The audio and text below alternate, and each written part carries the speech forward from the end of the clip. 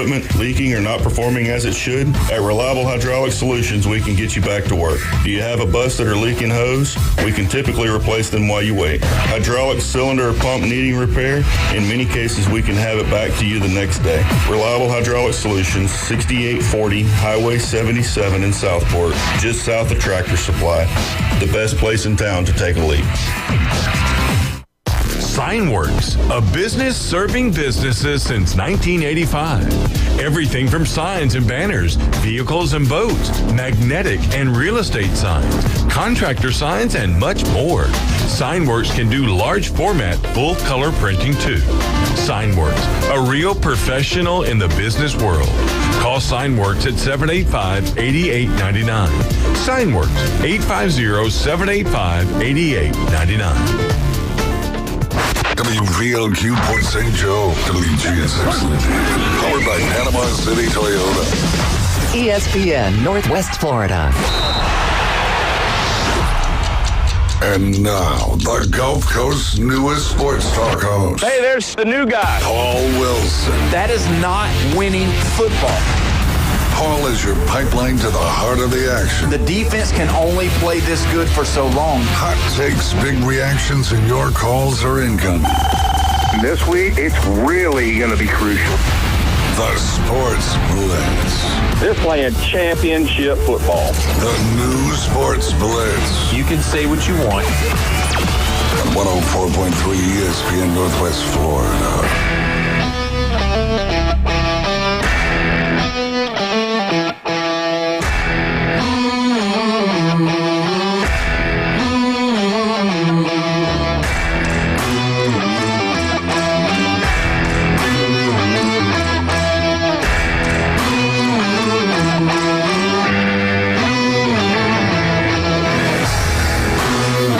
It's Monday, and here we are. You're listening to the Sports Blitz with Paul Wilson at 104.3 ESPN Northwest Florida. Don't forget, you can call in, you can text in on the Red 7T's phone line, 850-215-6290. We are pumped up, ready to go. Bunch of stuff to talk about today. It's going to be a big one today. As always, on a Monday, we got Coach Brian Haddad in the building. Brian, how are you doing, my friend? Cold is how I'm doing. That's exactly right. It's not Florida today. It is not Florida for sure. And Jeffrey's in the house. He's got him his New Orleans Saints shirt on. Jeffrey, how you doing? It doesn't happen very often, you know. Got to wear it when you can. That's right. Who dat? I mean, that's who dat?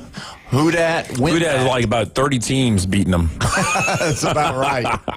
And always in the glass bubble, it is Bone Crusher. Bone Crusher, how you doing? You might not be aware of this, but Berlin is a hotbed for Atlanta Falcons fans. So shout out to my Berlin buddies who are crying in their Bavarian and their strudels. That's about right. You know, one man by the name of Jonathan Taylor basically single-handedly beat the Falcons by himself yesterday. So there you go. Was it an overtime game, though? Yeah. Yes. Yeah. Look, if you had Jonathan Taylor in fantasy and you lost, just stop playing fantasy. Yeah, you don't have anybody else but Jonathan Taylor, and you 49 points yesterday. Yeah. Jesus. Unbelievable. Yeah, he just is a crazy. So as we do on Monday, we are going to go through some of the hot topics of the day over the weekend. Obviously, this one just hitting today. Brian Dabble, big-time Giant coach, gone. Brought in Jackson Dart. Everything's looking good at the beginning, and just can't get it done, can't keep his job. The one big factor was losses, but looking at the team, the defense was horrendous with all of the new players that he was bringing in, all of that stuff. I guess they thought maybe going after him was the way to go instead of getting rid of the defensive coordinator because they just couldn't stop anybody. I think it's a mistake. Yeah. I really do. I mean, if you want to do it at the end of the year, that's one thing. The NFL doesn't have the urgency college football has. You're not really jumping in line. To me, the only reason to do it like this is if the team had completely lost faith in you, which I don't think it happened. I do think the front office was tired of blowing leads. Yeah. I'm not saying that Daboll was knocking it out of the park, but if you look at the Giants, I came into this year saying I didn't think they were that far away. The division has gotten more, well, because of a lot of the weapons that they had. If you look at what's going on there, Jackson Dart has really looked pretty good to be a rookie quarterback. Scatterbo's been out injured. They have a lot of pieces. Malik Neighbors is there. They have a lot of pieces there. So to me, to do it right now, I don't know that I love, because clearly Dart was on board with Daboll. So I don't know if what you want to do is kind of wreck his head this early. At the end of the season, I get it a little bit more.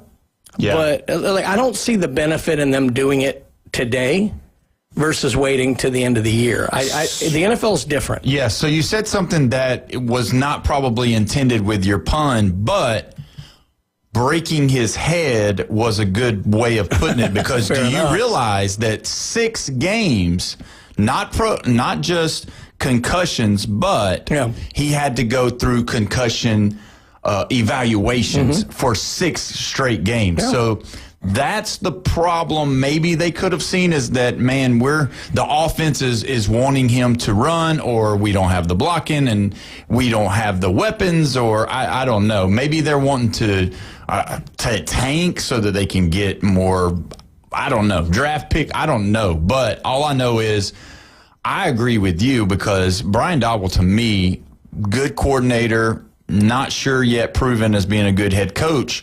But I think he's one of those guys that can get you to a place where, with a good quarterback together, I think you would see kind of like Sean Payton and see what he's doing. Let me give you the difference here, and I'm curious what Jeff thinks on this. So last year I saw a team that didn't have a lot of hope, but you could tell they had some talent. This year is a team that has a lot of hope. They just don't know how to close games out yet. Yep. That's progress to me. Yeah. That's why I'm a little surprised they did it here. I get the emotional knee jerk of like, God almighty, we blew it, and it was a bad blown lead. Oh, yeah. But I don't understand doing it now. I just don't. Yeah. What do you think, Jeffrey? Well, I mean, okay, let's start off at the beginning. 3 years ago, he took them to the playoffs. They started out really hot. I think they finished 10-6-1. Yeah. Right? And they beat the Vikings in the first round. Yeah. And that made my jaw drop. I watched that whole game. And I was kind of like, wow, this isn't the Giants I know, because they were kind of a doormat with the Commanders for a little bit, right? Yeah. And they had me believing at that point. They lost the next round, lost second round of the playoffs. Next year they come out, I'm like, I don't know which Giants I'm going to see. They didn't do very well. And then the following year, my algorithm went Giants for the draft. And the Giants fans were talking about how they had just won the draft. Not this year, but last year. And it was like, it was like echoes. It was like stereo. I was like, wow, these Giants guys, when I rated everybody in the draft, and I said, I'm not even sure if the Giants are top 10. I know they were top 15 easily. They had a really good draft. And then now, they're added 2 more guys. Well, no, actually 3 more guys. This last year they crushed the they did crush the draft this year. Yep. But they were talking last year, and I was like, I still don't see them crawling out of the bottom, because, the Commanders have Jaden Daniels. We know what's going on there now, right? They're what, 3 wins? Yeah, maybe? 3. Yeah, and the Cowboys are always kind of lingering around. We know they have talent. Are they going to win the division? Probably not. I'm just hoping the Eagles don't fall apart, Probably won't. They'll probably do what they did last year. So, I don't know. Coming into this season, you were talking Giants, and I was like, they're still a last place team. In my book, I didn't see him. I saw him bottom 6 in the whole league. But I've seen so much talent on the offensive side. That is exactly what you said. The defense is what's missing. And that's the funny part, is that's what was really good when Brian first got there. Yeah, and that's what I thought they were going to have, because of adding Abdul Carter, being able to get some help in the back end with Xavier McKinney, all of those kind of guys. And I was thinking, man, this is going to be a year where, they're not going to have to do a lot on offense. Maybe Russell Wilson at the beginning, and then maybe work in. But then Neighbors goes down, big problem. See, and that's the beauty, though, of the way that they're set up. Neighbors still on a rookie deal. Tyrone Tracy's on a rookie deal. Yep. Scatterbo's on a rookie deal. Now your quarterback's on a rookie deal. You should be able to go out and spend some. I think Wilson was only on a 1 year. Yeah, 1 year. You should be able to go out and spend some money on that defense. Yeah, that's going to be the key. Are you worried about Scatabo basically just brain injury? I mean, because I am. He plays with reckless abandonment. Yeah. And we talked about that. Yeah. Yeah. I mean, he does. There are things you can certainly learn. I just think it's impossible to completely safeguard yourself from that stuff. This is a collision sport. Like they say, it's not a contact sport, it's a collision sport. There are things they can teach him, kind of maybe how to brace and things like this. He's never going to be a guy who's going to run out of bounds. He's going to want to duck his head. So did Walter Payton. Yeah. I mean, that's what he liked to do. Earl Campbell. Yeah, Earl Campbell, certainly. Franco Harris, John Riggins, that type of player. But I don't know that he's necessarily any more susceptible, other than the fact that he's more of a bruising back. Like, I don't think there's anything technical in the way he holds his head when he hits a line or anything that's bad. It could just be that he has rotten luck with concussions. I don't know. And that's his style of play, so you take that part away and you take realistically or not so much who he is. but just in general, the hits that he takes. I don't know. Yeah. Well, he's a hard worker, and he feels like he has to put it all out there and get every yard he possibly could ever get. Because of course, a lot of these guys, I don't want to say they're cushioning themselves to not get hurt and go out of bounds like we're talking about. And quarterbacks know that better than anybody.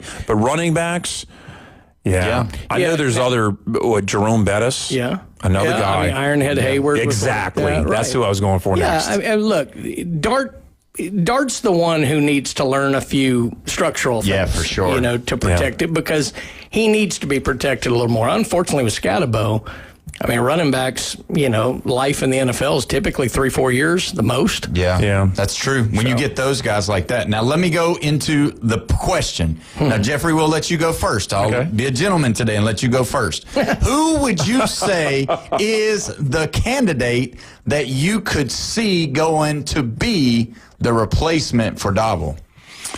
It's going to be a coordinator from one of the top 5 teams, I mean... Yeah. I mean, that's the way it's got to go, I think. I mean, that's been the pattern. That's what coaches have done very well at. I mean, Dan Campbell, there's a lot of Dan Quinn. There's a lot of coordinators that have moved up to head coach. Dan Quinn didn't do as well at the Falcons, but there's so many coordinators that have worked out. Say what you will, but I don't look at the college ranks for the next head coach. It's probably 50%, though. It's probably even less than that as far as these guys being successful and keeping their job as a coordinator. Which is 50% of the wins. 50% of the team wins, 50% of them lose. So it's the odds. And that's it. The only way that Dabo getting run out now makes sense to me is if they have someone already lined up. But let me throw 2 names out that I would say are for fun, but there's ties to both of them. Okay. One of them you've heard, Paul. The other one you haven't. So I'll start with the one that I told you before it came on here. This one makes so much sense, it's unbelievable. He's been an NFL head coach, so you don't have to worry about that. He's got experience being a head coach. Offensive-minded, makes perfect sense with the Giants. He's very familiar with Jackson Dart. Lane Kiffin to the New York Giants. Here we go. I can't get away from this guy. Lane Kiffin's like following me in a train. Now, the other one, it's another guy who has ties to the Giants. Would kill to be an NFL head coach again. Bring him back. Bill Belichick. Gosh. Oh, here we go. I thought I was going to say Parcells. No. We go from Kiffin to Belichick. There we go. Here we go. Going to the Giants. Truth is, I have no idea who's going to end up. So I just have this. Those would be fun, though. They would be fun, and definitely a lot for us to talk about. I just think the perfect fit. Now, you guys can shoot it down immediately if you want, but just to me, I think you got to go. I think the guys that are proven head coaches have done better at second places, your Vrabels, those kind of guys. Give me Mike McCarthy to the Giants to take a rookie Jackson Dart under his wing. His third chance. And give him an opportunity to do pretty good because he did good with the Cowboys. Jerry just... He was the Packers before. The Packers. Well, how did he get out of the Packers? How did they get rid of him? It was okay. It was just... It just kind of was ready to move on. So, yeah. So, I think Mike McCarthy is a perfect fit. He would be somebody that could steady the ship. He's got it. He knows how to win.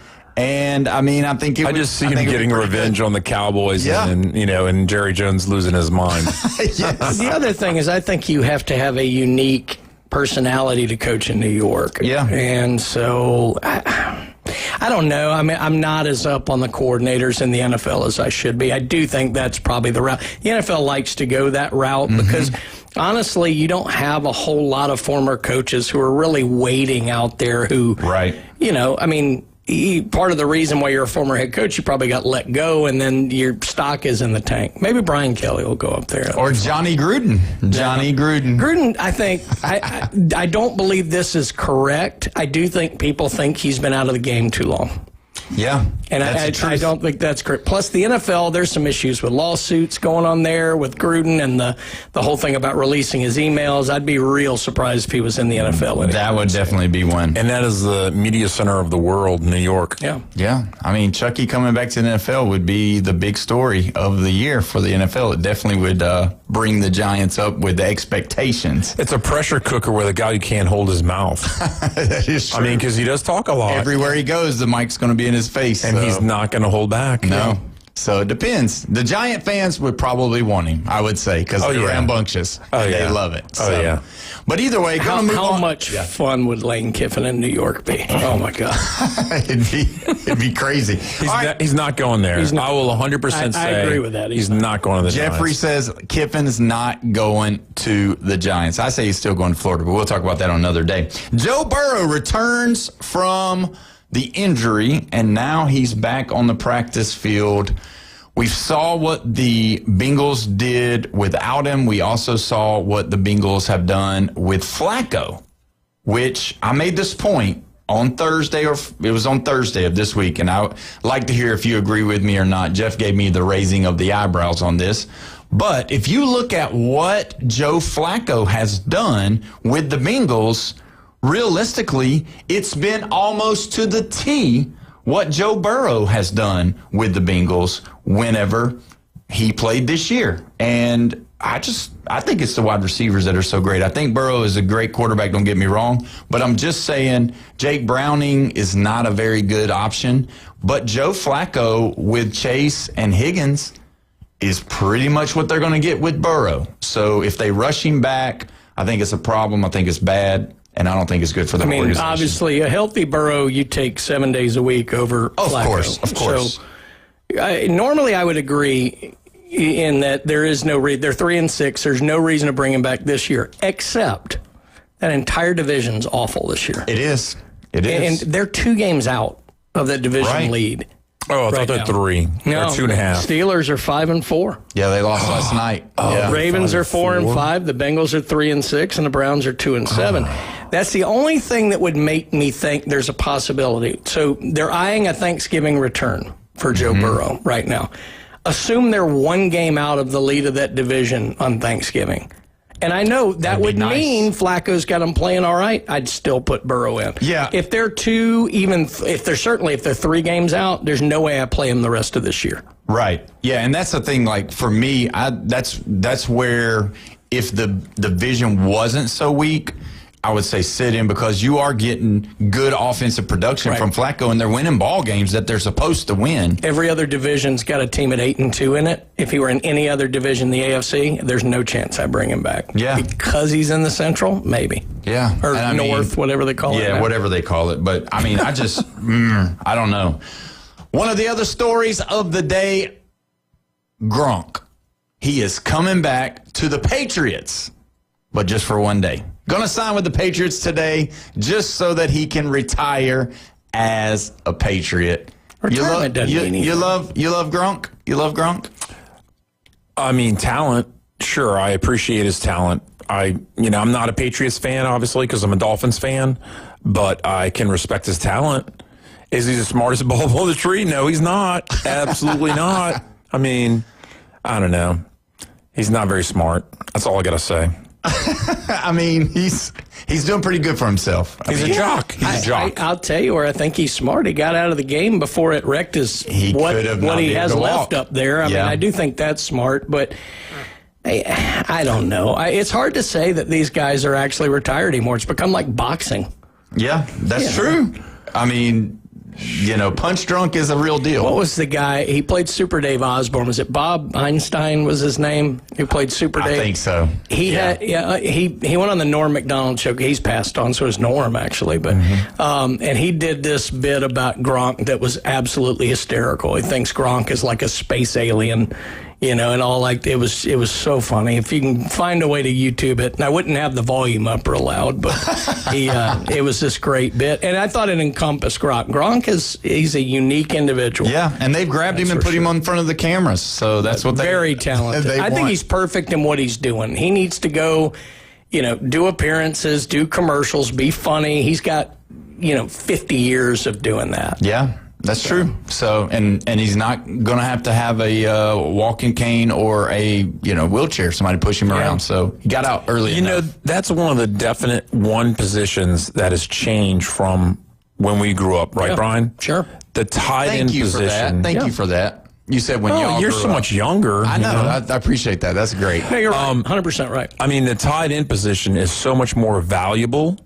Productive. I mean, it's just completely different. It has been raised, and the running back position obviously is the one that's probably diminished more than anything. Yes. And I'd say the other one that's increased is defensive back over the years. Yeah, defensive back seems like it's gotten more important. The turnovers and everything. Because it's so good of wide receivers. But if you look at it, back in y'all's day, you had like Todd Christensen. If he had 500 yards, 600 yards in a season, my gosh, he's a Pro Bowl tight end. They were basically third down options at that point. They were primarily blockers. Blockers, too. Because the rules were set and the league was more of a running league. It was. And you could cut block. You could do things like that you can't. Well, there was quarterbacks who could throw downfield, too. Sure. They don't do it as much anymore because they see that it's a risky deal. And then, and so what are we doing? We're doing little Mahomes. But I would say just pick you apart. I would say through the 80s, you could list on one hand the amount of tight ends who could run under a 5-second 40. Yeah, that's true. It's a totally different athletic endeavor now. And it really, you could say, Christensen was good, but it really started to change in the Ben Coates, Tony Gonzalez. Yeah, those guys kind of made it. Antonio Gates, yeah. That era started to change it. And then as Gronk came in, it kind of went nuclear. Yeah, and it's gone to Kittles and Kelsey's and well, if you know their route tree was nothing more than maybe an out and maybe a button hook just over the middle. Button hook, right? Yeah, third down and that's 6. about it. So this is a good year for him to come back and retire for the Patriots because they're 8-2 and people actually going to the games. Yep. Yeah, tell me I'm wrong. It's grabbing definite. So, but either way, we're going to go ahead and take our first break of the day. We appreciate you listening today, and when we come back, we're going to talk to Steve Barnes of the RebelWalk.com. We're going to talk this college football season. You're listening to the Sports Blitz with Paul Wilson at 104.3 ESPN Northwest Florida.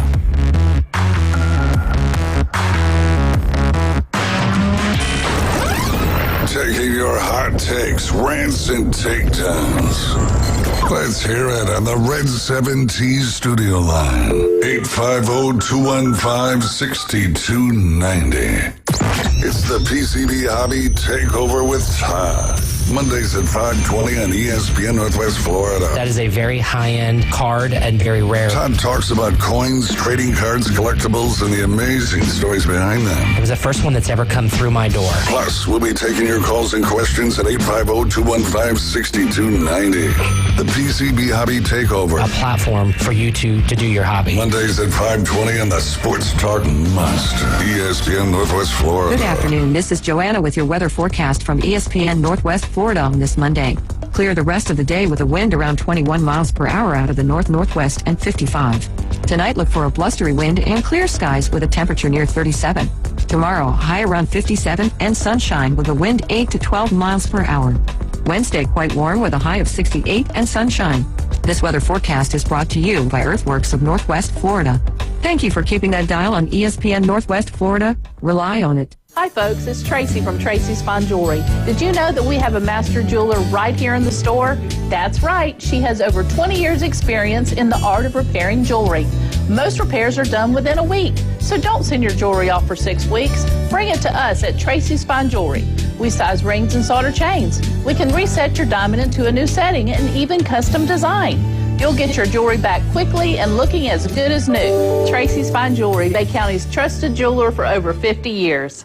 It's the end of the year and the perfect time to unwrap big savings on a brand new 2025 Kia from Bill Bird Kia. Ready for adventure? Well, drive into the holidays in an award-winning Kia SUV line like the Soul, Seltos, Sportage, Sorento, or the bold Telluride. If you want luxury and performance, slide into the sleek 2025 Kia K4 or K5 sedan, always designed to thrill. And going electric this year, spark inspiration with the all-electric 2025 EV6 long-range fast charging and electrifying style. At Bill Bird Kia, you'll get comfort, safety, and technology all wrapped into one perfect package. And don't forget, we're the original home of the 20-year, 200,000-mile warranty.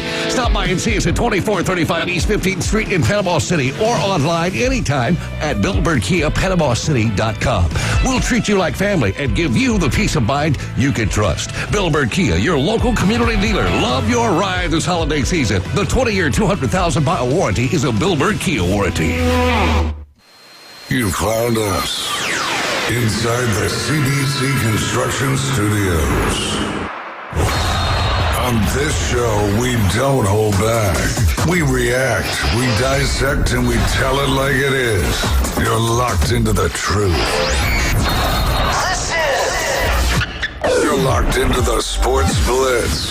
104.3 ESPN Northwest Florida.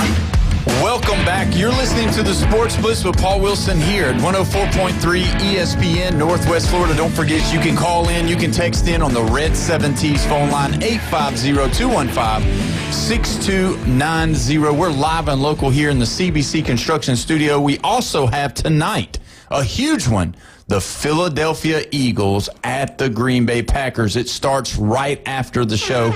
You don't want to miss it. It's going to be one of those games. Curious to see who's going to win this one. But anyway, as always, on Monday, we've got our big friend from the rebelwalk.com, Steve Barnes. Steve, how you doing today, my friend? Steve, you there, my friend? He heard the Lane Kiffin's leaving. And then he said, hello. There he is. Hey, Steve, how you doing, buddy? Y'all caught up? I thought y'all didn't pay your power bill again this week. Oh, no. We got it. Very All right, good. before we get to the meat and potatoes, really quick, a real just shout out to my buddy Glenn Morgan. I went to high school with him, and ended up, we actually went through Ole Miss together too, and he joined the Naval ROTC. And after college, went in the Navy, became a naval aviator. They would call them pilots. And he retired as a commander. He was honored at the Ole Miss game this week. Fantastic. As for Veterans Day, got a game ball, had his entire family on the field, got on the big screen and stuff like that. Glenn, congrats, man. You deserve it. Absolutely. Other than that, just working on a story y'all might like. The group of five, not really worried about who's going to get the playoffs. Who's going to poach the coaches in the Power Five? Yeah, that's going to be the Signetti thing all over again. Who'll go down and get? Who's going to get us 10 wins twice a year? In the American, I think there are 4 coaches who are going to be gone after the season. The weird thing is, when are they going to be available? Mm-hmm. Only 2 of them are going to play in the conference championship game, and I think that's going to be North Texas and South Florida, which means in 2 weeks, Silverfield at Memphis and Summerall at Tulane, they're going to be available in 2 weeks. Okay, I'm going to agree with the North Texas because I'm sure these two guys probably haven't looked at the schedule of some of these teams like Navy and South Florida. But actually, Tulane's got a good chance, but definitely North Texas because they're scheduled, and they only have one conference loss. Yeah. And I tell you what, their coach, Eric Morris, this guy, he played for Mike Leach at Texas Tech as a wide receiver. So he runs the air raid, but he runs it at North Texas with a running game. They they average over 300 yards passing, but they average over 100 yards rushing, and they're scoring 44 points a game. After he started coaching, he ended up at Washington State, and he coached Cam Ward, and he coached Mateer, and now he's down at North Texas just tearing it up. And hello, Arkansas, that might be a call you want to make if you want some offense. Wow. That's what the question was going to be for me to you, is the fact, are you saying that these jobs that are open now, or are you saying that the jobs that are going to be open after the poaching comes from the larger schools? So you believe there's a chance that these guys are going to the SEC? I think they're going to Power 4. I'm not sure they're all going to the SEC. Also, don't forget the guy had James Madison. He could be going too, because it's just one of those things. It's a copycat type thing. Indiana took a guy from the Sun Belt, and he's got back-to-back 10-win seasons. Everybody's saying that Auburn needs to go ahead and get Sumrall. Yeah. Well, he's a defensive coach. Now I'm hearing some things out of Lee County that we kind of want DJ Durkin to stay around. Well, let's face it. Sumrall's going to bring his own guys. Yeah. He's going to bring Joe Craddock as an offensive coordinator. He's going to bring Gasparotto and Polk as defensive guys. I don't think they would actually keep Durkin. Yeah, let me tell you this real quick, Steve. So we had Brad Law on the other last Wednesday, and we were naming off these coaches. He's the director of broadcast for Auburn, and I was naming all of these guys, and he made a point. He made a point in the show to name DJ Durkin. Don't forget about him, is what he said. And the things that I've been seeing, and the people, how they've been receptive, and some of his, they're putting him all over social media. He was crying at the end of the game, and those type of things that they had. It wouldn't surprise me if Auburn goes with the safe bet, smaller contracts, smaller years, but try Durkin first. I think right now, as long as they continue to look good week in, week out, I think he'll be the front runner. Obviously, if they don't, then I think one of these other guys would be heavily talked about. Now, this is not a slight against Auburn or DJ Durkin, but with what happened at Maryland with him, if there's any place he could go, it'd be Auburn. That's right. No, it's true. Man, it's true. I mean, yeah, it's definitely true. No, it is. I think Auburn's the job of all of them, too, that they're the most likely to feel like they need to get this done the quickest. Yeah. I think they're a little bit worried about this dragging on. I can tell you right now, though, whether it's Auburn, Penn State, whoever, the team that's going to win the offseason is the team that takes the chance and hires Pat Fitzgerald. That guy is so good. He just got cleared of everything, won his suit. I would hire Pat Fitzgerald yesterday to be my head coach. And somebody's going to go out and take a shot on him, and they're going to win the whole offseason. I was thinking Penn State. Yeah. That's a good shot. But if I'm Auburn, I make a run at him. I'm telling you, it might be whoever gets in the door with him first. This sounds a little weird, but before you said it, I was thinking Pat Fitzgerald. Yeah. But you know who I was thinking Pat Fitzgerald for? I don't think we're done with firing. I think a Purdue could fire somebody, and Pat Fitzgerald could end up there. I think he could get a bigger job than Purdue. I really do. Yeah, possibly. I think he will do better in the Big Ten or the ACC. I worry about him coming to the SEC. He's not going to Arkansas. I'm worried about that for him. I don't know, man. I know he's good at what he does. I just wonder if it turns into... I think he's actually got an old school mentality that could work in the SEC. I really do. So let me ask... The whole hiring thing right now, I think the biggest dilemma is LSU and Florida. If they both want Lane Kiffin. But he's going to get in the playoffs, so you're not going to be able to get him until basically January. Mm-hmm. Yep. And if you're both waiting for him, only one of you is going to get him. If one of you does, he doesn't stay. What's your backup plan? Who's going to be left? I think LSU for sure is going to be looking for that Joe Brady side. I still feel the buzz of him. I still think that he's, people still remember what he did with Burrow, and obviously they want to see lightning in the bottle again with that, and that's what they're wanting. I think James Franklin to Virginia Tech kind of makes some sense. I think Brent Key, there's a chance he might stay, but there's a good chance he could leave. And then we have other coaches that could end up with Georgia Tech, and it's a domino effect at that point. Well, if things go south for South Carolina, they already did. I mean, farther south. I mean, below the equator. Beamer might be looking to go home to Virginia Tech. If not, this is one of the lesser-known openings. South Carolina needs an offensive coordinator. With the way things are going at Clemson right now, offensive coordinator and offensive line coach, and let's face it, South Carolina, their offensive line is terrible. Make a run at Matt Luke, former Ole Miss head coach, who's a great offensive line coach, and he's the OC up at Clemson now. He could stay in South Carolina. His family loves it there. His kids have graduated now, right? Because I know he wanted to. Yeah, I think so. Yeah, but he loves South Carolina. Yeah, I mean it's South Carolina is really kind of like the Gulf Coast. I mean, Charleston is the closest thing I've ever been to that's like New Orleans. But Columbia's not that. I'm sorry, I've been there, and it was not Charleston for sure. It's more like that. But you can get to the coast pretty quickly. So I just like the people up there, and I think he likes it. And I could see Matt Luke there.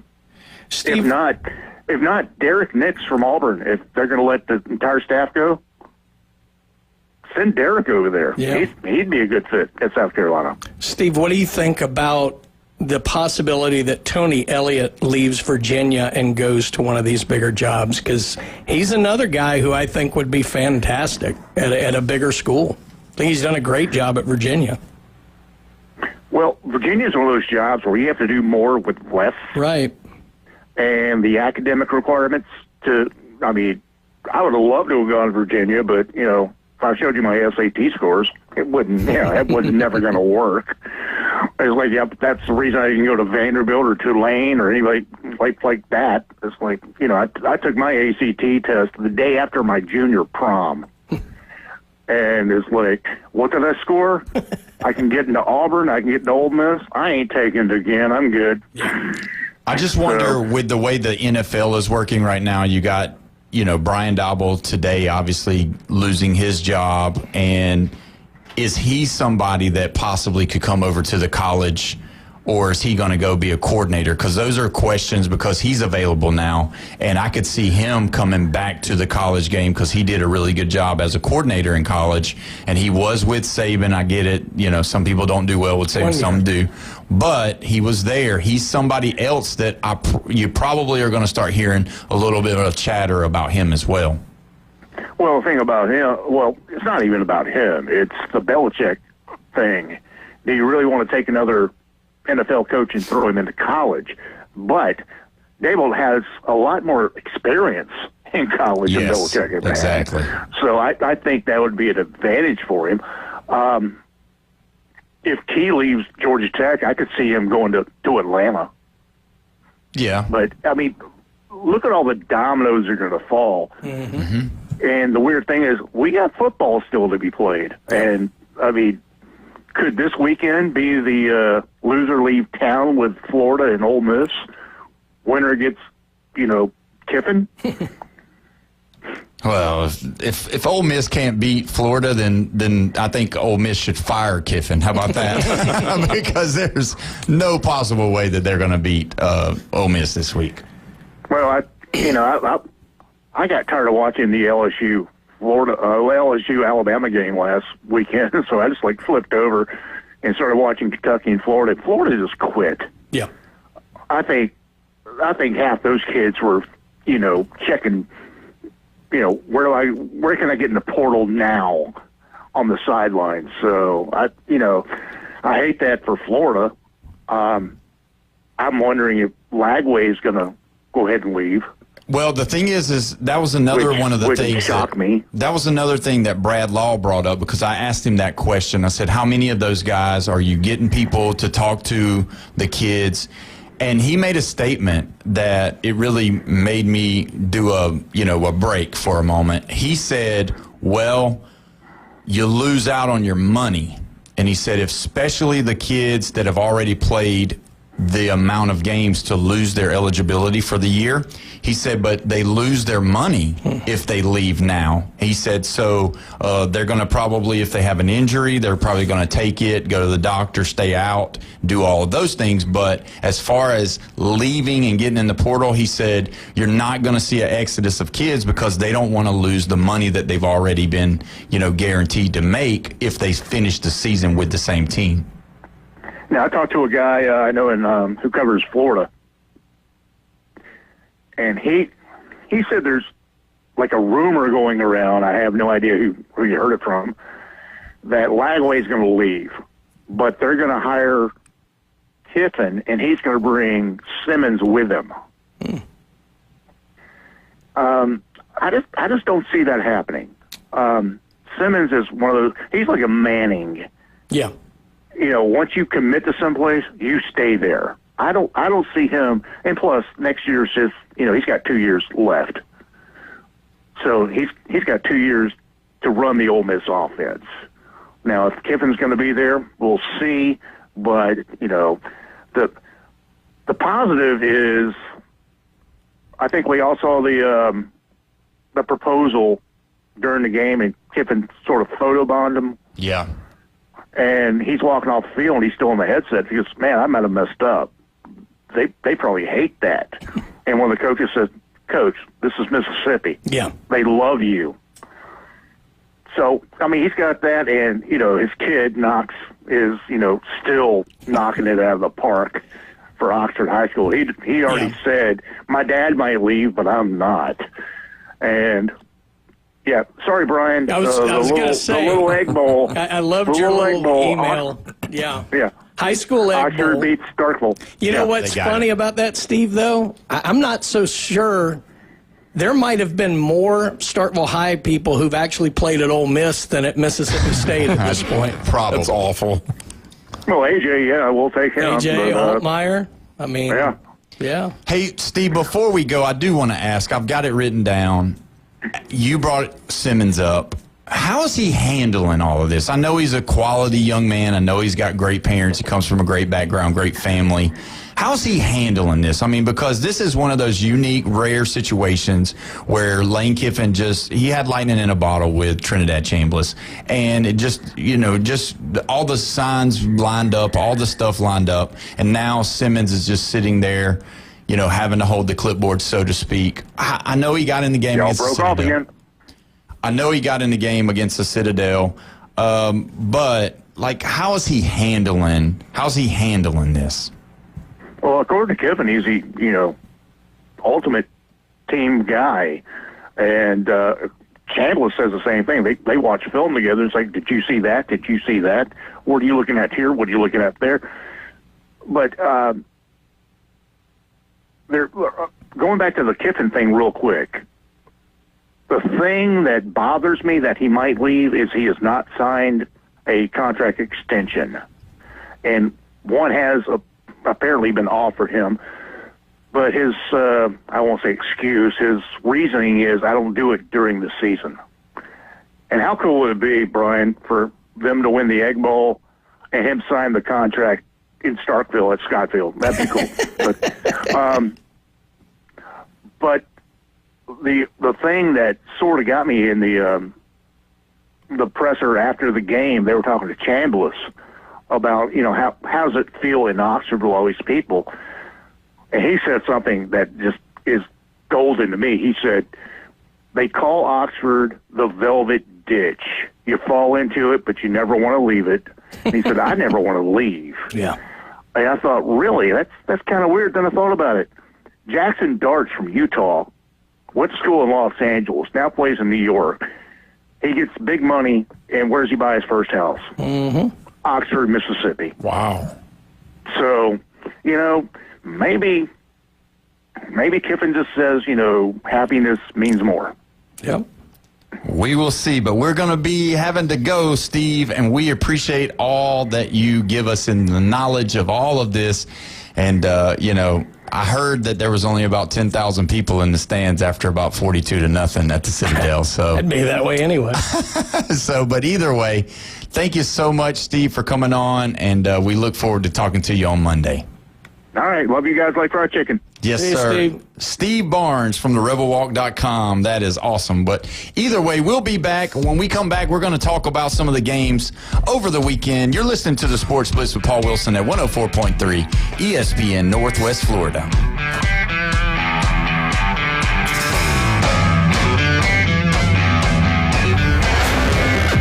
The Red 70s studio line is now open. 850-215-6290. 104.3 ESPN Northwest Florida is your home for the NFL. Touchdown, Denver! We bring you the biggest games every Sunday, Monday, and Thursday night. Oh, he's got the first down! Plus, we'll broadcast more college football games than ever before. He did what? Live NFL and college football play here. Unbelievable! 104.3 ESPN Northwest Florida. Golf is a game that should be fun, but to have the most fun, you need to play your best. That's where the experts at Golf Plus come in. Their friendly staff will guide you through the buying process, answer all your questions, and can help with any repairs you need along the way. Golf Plus is your custom fitting, club repair, and golf retail shop. Golf Plus staff is non-commissioned and will work with you to find the best product for your game, just like they've been doing since 1988. Golf Plus in Panama City Beach. Fitting, repair, retail. That's Golf Plus. Looking for dependable civil construction in the Florida Panhandle? CBC Construction has you covered. From land clearing and drainage to roads and underground utilities, CBC delivers high-quality work on time and on budget. Locally owned and operated, CBC is trusted by schools, developers, and municipalities. To learn more, call CBC Construction 850-740-3815 or visit cbcconstruction.com. That's cbcconstruction.com. The Rich Eisen Show. The Tua Tagovailoa soundbite on Wednesday, well said, with the exception of how the media is construing things. There is nothing else to construe other than the fact that there's something going on behind the scenes that involves leadership. Like that, 100%, when your head coach is on the hot seat and you say stuff like that, you are going to add more fuel to the fire. The Rich Eisen Show. Rich Eisen weekdays starting at 11, now on ESPN Northwest Florida. Now, we're live and local inside the CBC Construction Studios. This is the Sports Blitz, where we don't have guests. We have punching bags. The Sports Blitz on 104.3 ESPN Northwest Florida. Welcome back. You're listening to the Sports Blitz at 104.3 ESPN Northwest Florida. Don't forget, you can call in. You can text in on the Red 70s phone line, 850-215-6290. Don't forget also tonight, Monday Night Football, Philadelphia at Green Bay. And also, don't forget, if you want to, you can go on Facebook. You can go on YouTube. You can like, share, subscribe, all of those things. And we appreciate it. We'll read your comments online as long as they are only talking bad about Jeff, nobody else. But either way, we love it. We appreciate you listening. You know, when you talk about all of these coaches, when you see all of it, it could possibly be just exactly what you said, this big domino effect. And wondering if this coach leaves this team and goes to here, then you're going to have the opening there. And you've got all of these things going on. And obviously, we've got a big day tomorrow to talk about what happened to Florida State. We still got Florida, what they're dealing with as well. But if you look at the teams that are doing well right now in the playoff area, there is no other team that no one wants to talk about more than the Indiana team and Cincinnati. Now, I'm just going to tell you, I get it. I know the guy's high energy as far as with some of the interviews that he's doing, but I got to watch his interview at Saturday's game, and I don't know. I didn't love it. I didn't love what he said. I didn't love how he acted. And them to go in there and, barely pull it out. I want my coach to be confident. Don't get me wrong. I want my coach to be, we're going in here to win. But some of the things, I think his alter ego is starting to take over a little bit. I don't know if you guys heard him or not, but everybody's talking about him. The Penn State game was the biggest shocker of the weekend, I would say, or at least one of them. And I don't know. I'm going to go with you first. Jeffrey, what do you think about Cignetti? Do you like him? Do you think, he's two years, 10 wins already. That's great. Made the playoff last year. Putting Indiana on the map as far as football goes, doing the right things, recruiting the right people, us against them mentality, everything you want in a coach. And then he kind of has this little bit of we're going to win. It's okay. He's winning, Yeah. And until he doesn't. Until he doesn't. That's a weak schedule. Oregon is their only big win, right? Yeah.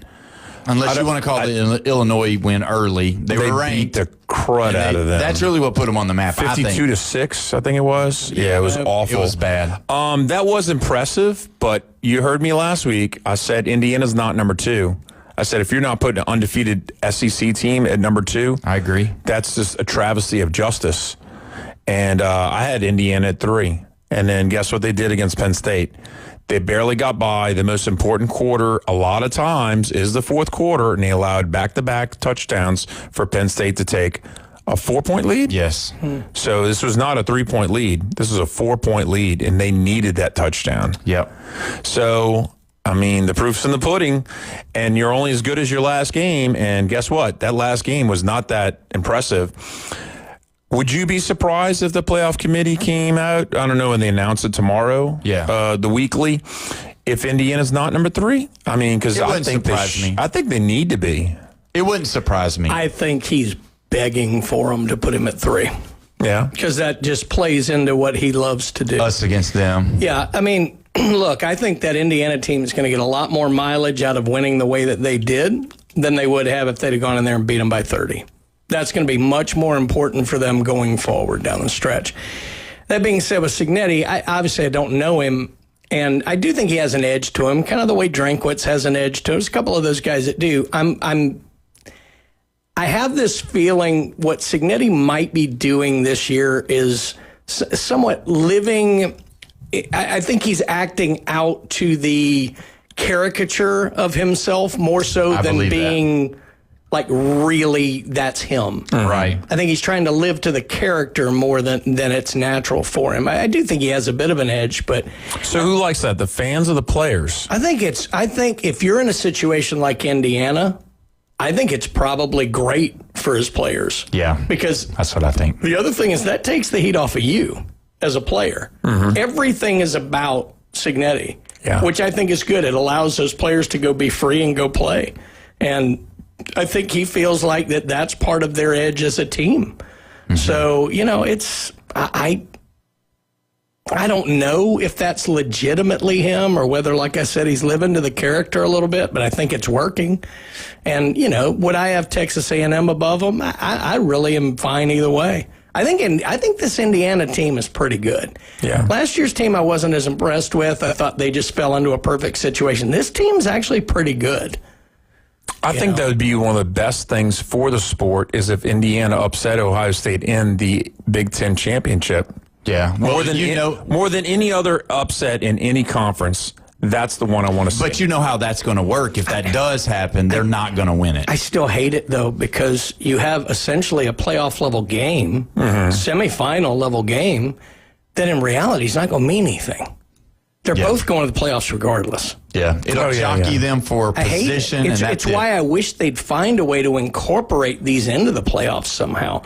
Because now, honestly, if you're Ohio State or Indiana, it probably makes sense for you to, other than the fact that you get that week off as a top 4 and get a home game out of it, Or no, I guess they don't. If you get the week off, you don't get. Well, if you're a 4 seed, if you lose the Big Ten championship, there's a chance you're the 4 seed, and they're on the same side of the bracket, just like last year with Oregon and Ohio State. Yeah. I just don't. I don't. It wouldn't shock me if both of those teams coming in undefeated wouldn't sit some players. The winner of that whole thing that's probably going to happen is Oregon, because they don't have to play in the conference championship, and that helps them. It helps them all. And who'd that help last year? Ohio State. You got it. Oregon's not done though. I mean, they've still got a couple of tough games. I'm not sold. I had picked Iowa to beat them. Iowa should have beat them. Yeah, that was another close that one out. But I'm telling you, Oregon, they're not in yet. 18-16. Yeah, very un-Oregon-esque. It's a better Iowa team than people realize, though. This is not the Iowa team of a couple years ago that couldn't score. Yeah. I mean, these guys are good. I mean, they gave Indiana their toughest game until this weekend. Indiana only beat them by 5. And the thing about them, Iowa just knows how. You say what you want about him, he knows how to run that clock. He knows how to control the ball. Well, he better. He's been coaching there for 25 years. I mean, he knows exactly how to slow some of those teams down. Yes, he's had blowouts, but I think, to your point, I think it's very important that they've got some athletes there that are different now, and that's the thing about, talking about Indiana, like sitting right here, this is what we do. We cover sports, but I can't name 3 players on Indiana's team, but I can spell Cincinnati. You know what I mean? And that, to me, is exactly where you're Mendoza. And that's it. That's the only people I know there. You know, and they're probably the most famous people in Indiana since Bobby Knight's passed away. I just think it's going to be such a shame if we have Ohio State, Indiana in the Big Ten championship, and we have Alabama, Texas A&M in the SEC championship, and neither of those games mean anything. Really. Nothing. I just don't. I hate that. And if an Alabama team loses, then you're going to have a 2-loss, and it's going to really hurt them more than it'll hurt any of those other guys that are undefeated. They're still in, but Ohio it's going to State make won them. it last year as technically an 8 seed. I know they were the 5th best team, but they were an 8 seed. Yeah. All you got to do is get in. And that's the thing. The conference championship, they're going to keep it because of the money. I got it. And they got to have it. But I don't know when it was, what show it was, but I said to you, it would behoove me, if I was undefeated, that I would sit everybody in that championship game, because what would your purpose be okay, we won that, but we lost our quarterback, or we lost our best defensive player, or our running back, or our wide receiver, because freak things happen. And then now you're looking at being hamstrung going into the playoffs. But hey, look at me. I've got a Big Ten championship ring for the year that we won, but we lost because of the injury. Because we were missing Carson Beck last year and Jordan Travis the year before. Yeah, there you go. And Jordan Travis was almost single-handedly the reason why Florida State was left out of the playoffs. Of course, 100%. Yeah. And that's it. And not, who's Mendoza's backup? Nobody. Who's Julian Sayan's backup? I'm sure they've got players, yeah, but they still, got players, and they believe in them, but they're not that caliber. Yeah, no, and they're doing the handoff thing like we've been talking about with McCarthy, right? Yeah, because Penn State's Allaire, won 300-yard game this season. Mm-hmm. We're 9 games in, man. Come on. And they talked about that guy last year and the year before. This is the 3rd year in a row I had to hear about Drew Allar. Because he was going to be coming back. They were ranked as high as they were because of that. 6 weeks out of the draft, they had moved him ahead of Milroe as the number 3 draft-eligible quarterback. They thought he was going to go late first, early second. Yeah. He wanted to come back because he thought they had the offense to win the national championship. Yeah, and now he's at home because he's hurt. But either way, that's what happens. So, well, guess what? The first hour is gone. So we're going to take our next break. And when we come back, we're going to talk about all of these football games that happened over the weekend. You don't want to miss it. You're listening to the Sports Blitz with Paul Wilson at 104.3 ESPN, Northwest Florida.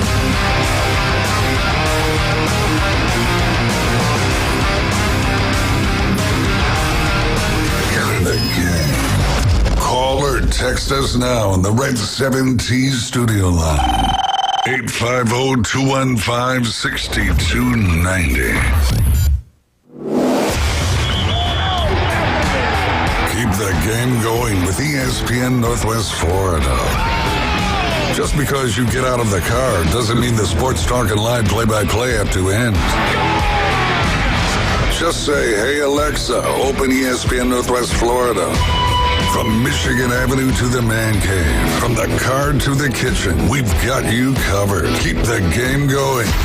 Hey, Alexa, open ESPN Northwest Florida. Good afternoon. This is Joanna with your weather forecast from ESPN Northwest Florida on this Monday.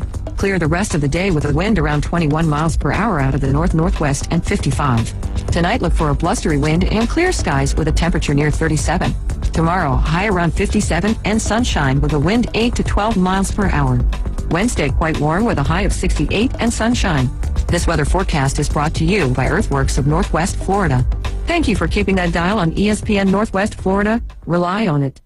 PCB Hobby, the beach's premier hobby store for sports cards, comics, coins, and trading card games. PCB Hobby carries the largest selection of boxes and packs from the latest releases of brands like Topps, Panini, Leaf, and more. Looking for a specific player or team? PCB Hobby has a wide assortment of raw and graded cards. They carry parallel rookie, game used, and autographed cards in both modern and vintage. Have a collection you want to sell? We buy, sell, and trade. PCB Hobby on Back Beach Road, just east of Florida Linen. Call 850-320-8388. Now is a great time for a new Toyota, where you can get 1.99% APR on a new Camry and get $500 in holiday cash. Get 3.49% APR on a new Corolla and get $500 in holiday cash. Get 1.99% on a new Tacoma, plus $1,000 in holiday cash. And 1.99% on a new Tundra, plus you'll get $1,000 in holiday cash. Visit our lot or browse online at Panama City Toyota. Offers expire December 1st. Visit PanamaCityToyota.com for details. WGSX Lynn Haven, WFLQ Fort St. John. Powered by Panama City Toyota, ESPN Northwest Florida. Broadcasting from the CBC Construction Studios. Some people say our opinions are toxic. We say they're just a little terminal. The Sports Blitz. This malpractice committee has received a few complaints against you. On 104.3 ESPN Northwest Florida.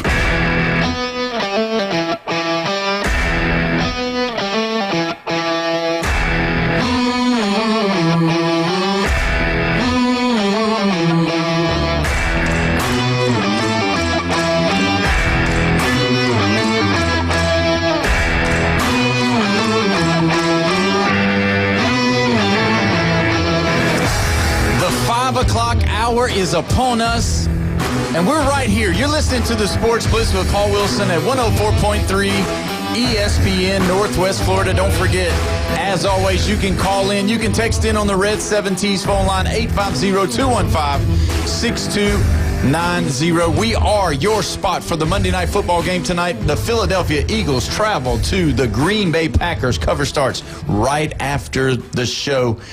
I'm joined in here on a Monday, as always, with Brian, Coach Brian, and Jeffrey, and the Bone Crushers here.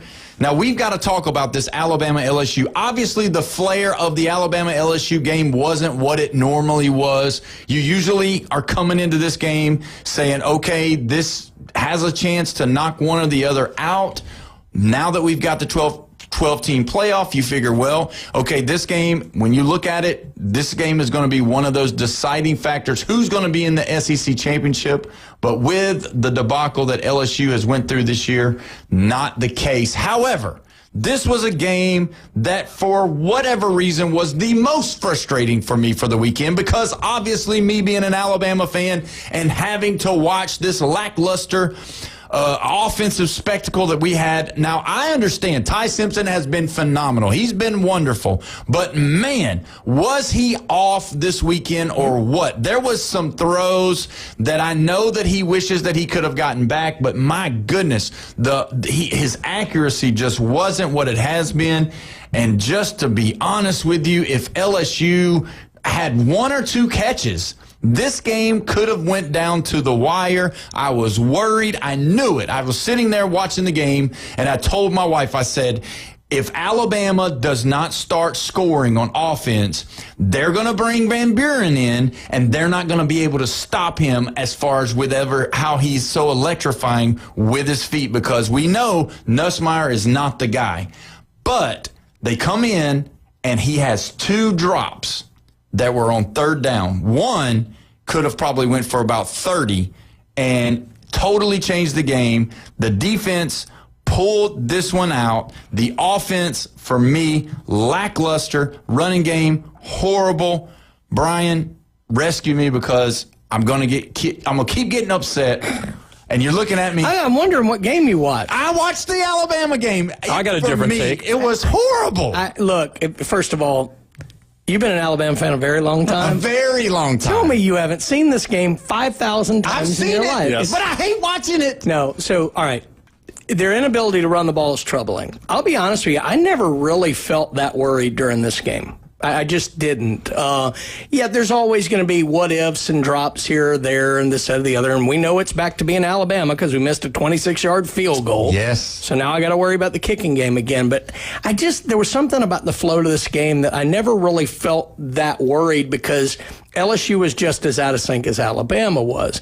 And the thing about this is as much as we needed the break physically, it's different when you don't play one week. And that's the way they looked to me. Yeah, they just looked rusty. Ty wasn't setting his feet right. LSU did a pretty good job of getting around into him, but he wasn't setting his feet right. There were a couple, he had a little more time than he thought. He rushed it. His feet weren't set, this, that, or the other, that I don't think played very well for him. But he's been so good. I think where you have him elevated, he probably is a little unrealistic. The game that worried me was the South Carolina one, because everything was going wrong in that. The key drive, this game really came down to one drive to where I just stopped worrying at all. The quick hitter, like Alabama misses a 26-yard field goal. LSU, I thought, okay, they're going to try and establish the run here. If it doesn't work, they'll run out the half, only go in down 7. They get the ball coming out of the half, but I don't think they're going to go crazy. 3 passes, a 2-yard completion, 2 incompletions, only a minute 30 comes off the clock. They punt, Bama goes down the field and scores. The Ryan Williams kid, that was huge. Yeah, that was big. That was huge. So I was a little surprised that happened, but that to me is what blew it open. It gave Alabama the chance to be a little iffy. And you can say Van Buren gave us a little bit of a scare because it's a different wrinkle. Yeah. How many points they score with Van Buren? 3? 3. It's different. I never really felt like Alabama was out of control of this game, but I'm very frustrated going forward. If they can't find something in the running game, they're going to put themselves in a lot of trouble. Yeah, I agree. So what's your take on it? Because obviously I was fired up because we didn't score any points in the third quarter. I'm going to say 2 good things about Alabama. And then I'm going to complain a little bit about something that doesn't mean anything, because a few penalties would not have changed the outcome of this game. It would not come down to the wire. It would just absolutely would not. They come out, Alabama gets a break, they go up, they kick a field goal, and they miss it. LSU, same thing happens to them. Yep. So we're square. Right. We're back at, square one. In the second quarter, it was... Let's see, it was 3-3? Yeah, it was 3-3. And guess what your quarterback did? He threw it across, downfield, up the middle, and he looked impressive. And they scored a touchdown. And then we messed around, LSU messed around, and Alabama got the ball again, and he did it again. And I was like, wow, he took the gloves off. DeBoer, I was surprised that he did all this, and I said, oh, we're in trouble, 17-3, and we're going into halftime, right before halftime. So there's about 6 or 7 minutes there. I was impressed with the offense and that the coach was doing this. They come out in the second half, and LSU's defense looked really great.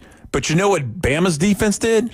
They got on lockdown. Yeah. And they looked really good. Yeah. And so between the second quarter offense and that third quarter defense, I was impressed. What I was not impressed with was the lack of holding calls that could have been called on Alabama. It wouldn't have made a difference. You heard it here first. And there was a legal man downfield. They could have called that. And LSU was inept. They were horrible. Nussmeier has to go, like you said. And, I mean, the coaching wasn't right yet. I mean, the illegal I'm sorry. It was a lot of false starts. It was 2 false starts by the same guy, and then they had illegal motion or illegal formation. Shift. That was it, a shift, yeah. And I was like, oh, man, we're making our own bed. And then just as soon as I'm saying, is Alabama letting us back in this game? Because we kicked the field goal, made it 17-9. And I was like, that's 8 points. That's my number. Yeah, that's my number. And then LSU did nothing on offense the following drive. And just as I had said that, I heard, I can't remember who the sportscaster was with Greg McElroy, but he said, this team is like inept. They just can't do anything. And this is why they're losers. Oh God, no! I heard. I didn't hear it live. I know. Yeah. I saw the. I recorded it because I was in awe of that. They were slanted towards Bama. I can't remember. I got it recorded on my phone, and I was like, I mean, as a journalist or in the media, you need to be more unbiased than that. Yeah.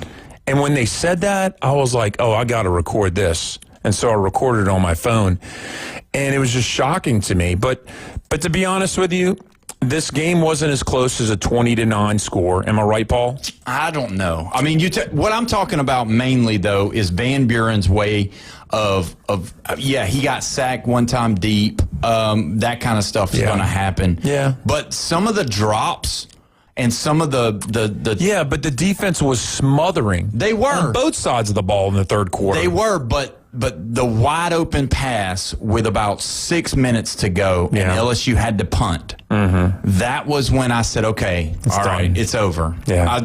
But up until then, I was worried about him because it was only an 8-point game, like you said. And that's where, for me, for us being as good as we have been, and I agree with Brian, it probably was the rust because it just, there was a lot of out of sync stuff, but not being able to run the football and having to use Jeremy Bernard to run the football is, for me, just, I mean, we've got to do something.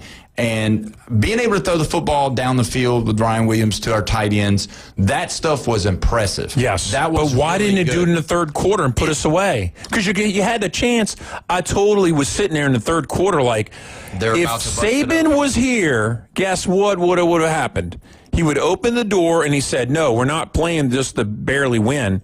We're going to put them away. And that's what Saban would have done in that third quarter. And that's why I don't like DeBoer. And I like the fact that this team has to have, it's kind of the point we talked about with Indiana. You don't want to blow out. You don't want an unrealistic expectation.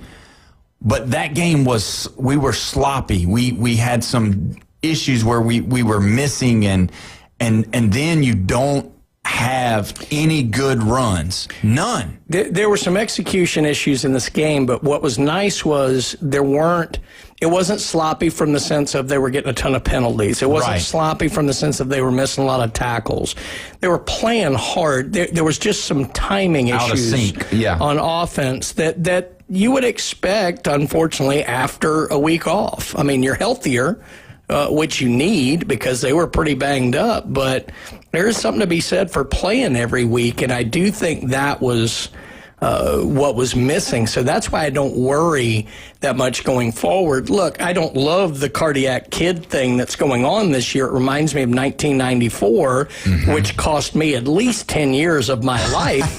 Very true. Because every game that year came down to the wire. I mean, we came back and beat Georgia, losing by like 13 to Eric Zier. Mississippi State was up 10 with 7:58 to go. I remember I was sitting there, and they came back and won. So I can't handle another year like that.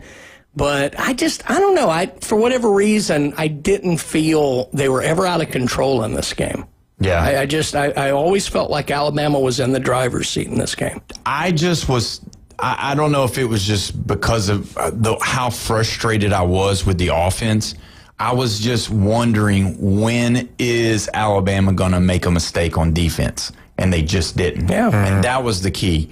And I was just thinking Van Buren's going to get outside the pocket. Somebody's going to come up and release on his man, and he's going to pop one deep. And then if they score, here we are in a dogfight. And I just was worried about the dogfight. I didn't think we were polished well enough. I thought we were out of sync enough to win the game. But either way, we won. You didn't like me saying that LSU was a top 10 defense in the nation, a week and a half ago.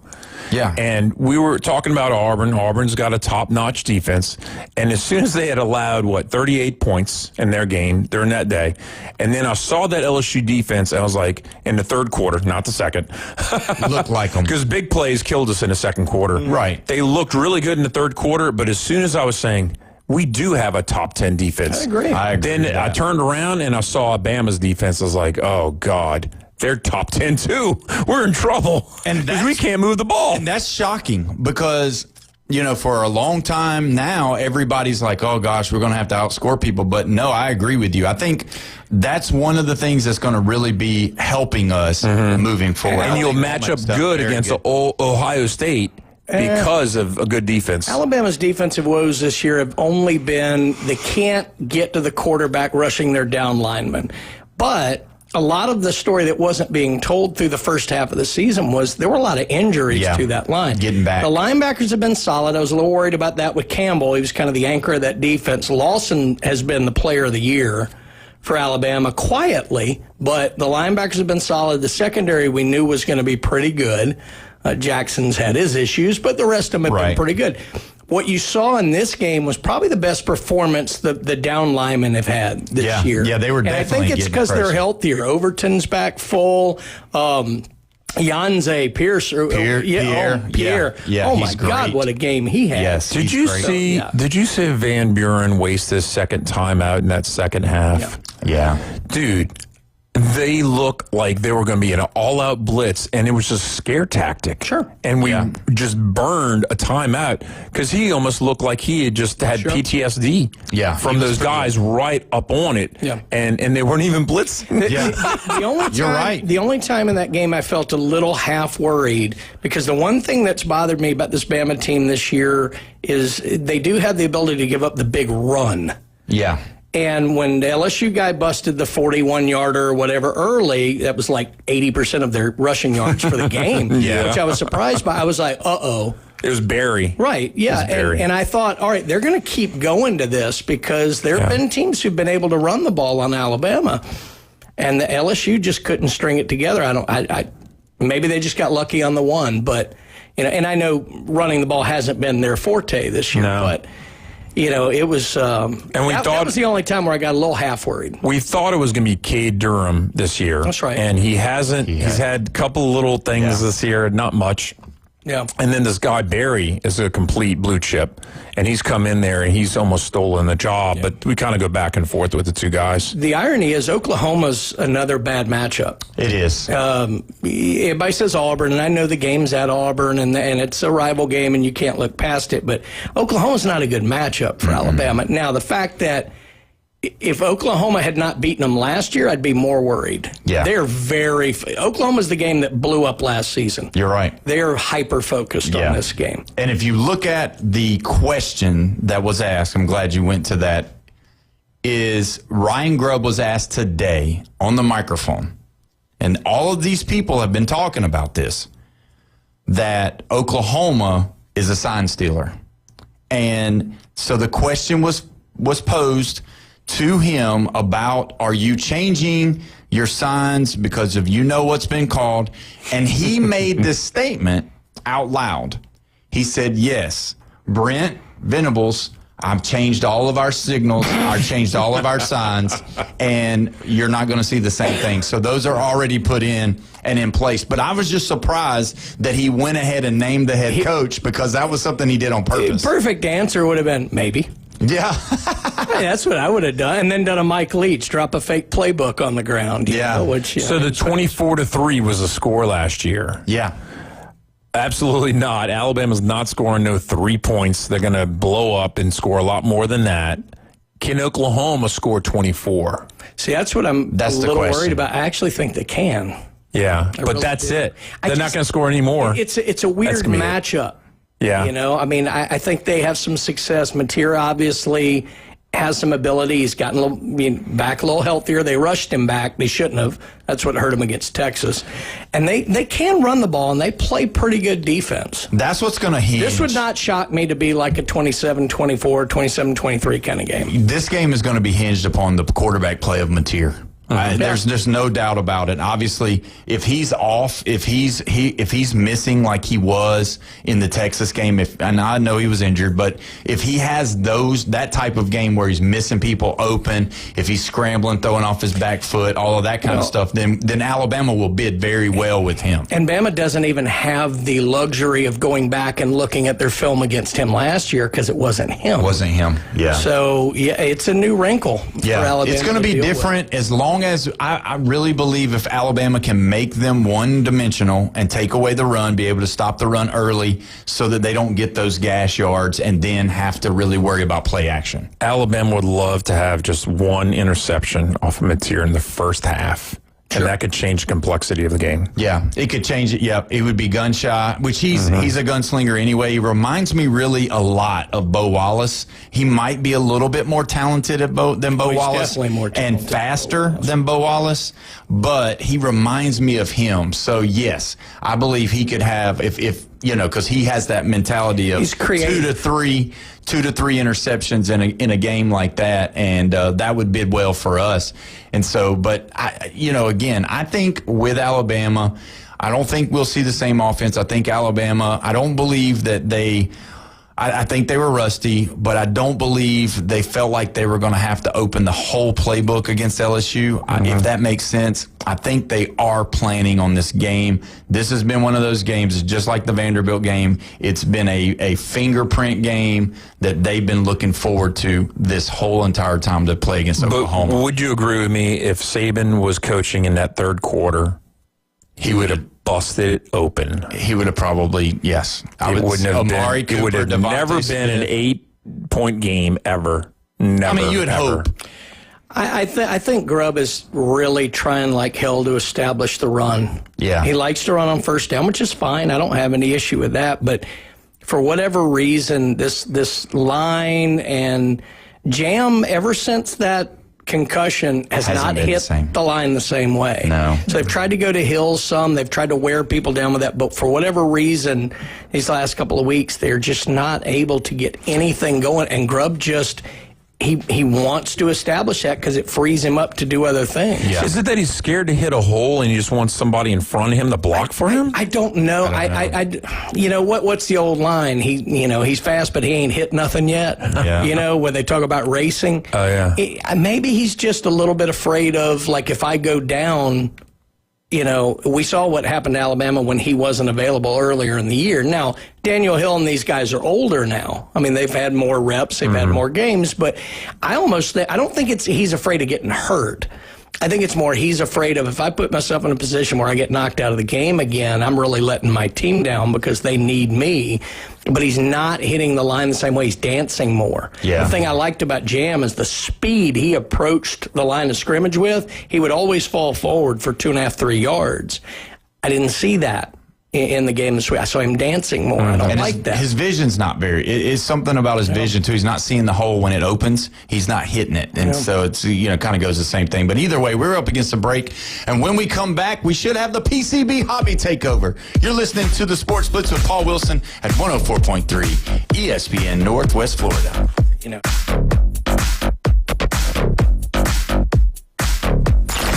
Reach out and smack someone. Call or text now. 850-215-6290. The Red 7T Studio Line. It's the PCB Hobby Takeover with Todd. Mondays at 5:20 on ESPN Northwest Florida. That is a very high-end card and very rare. Todd talks about coins, trading cards, collectibles, and the amazing stories behind them. It was the first one that's ever come through my door. Plus, we'll be taking your calls and questions at 850-215-6290. The PCB Hobby Takeover. A platform for you to do your hobby. Mondays at 5:20 on the Sports Talk Monster. ESPN Northwest Florida. Good evening. This is Joanna with your weather forecast from ESPN Northwest Florida on this Monday. Clear tonight with a wind coming out of the north at 15 miles per hour and the low of 37. Tomorrow morning, look for a blustery wind and sunshine with a temperature near 51. The afternoon and evening, a high around 57 and clear skies. Wednesday, quite warm with a high of 69 and sunshine. This weather forecast is sponsored by Mid-South Lumber, the best little lumber yard in Panama City.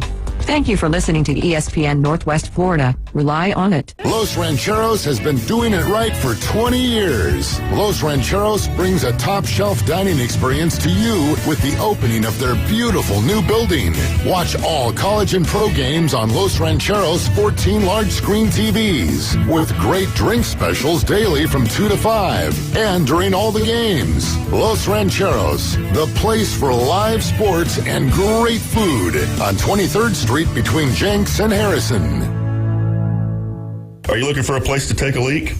Do you have a truck, tractor, or other hydraulic equipment leaking or not performing as it should? At Reliable Hydraulic Solutions, we can get you back to work. Do you have a busted or leaking hose, hydraulic cylinder or pump needing repair?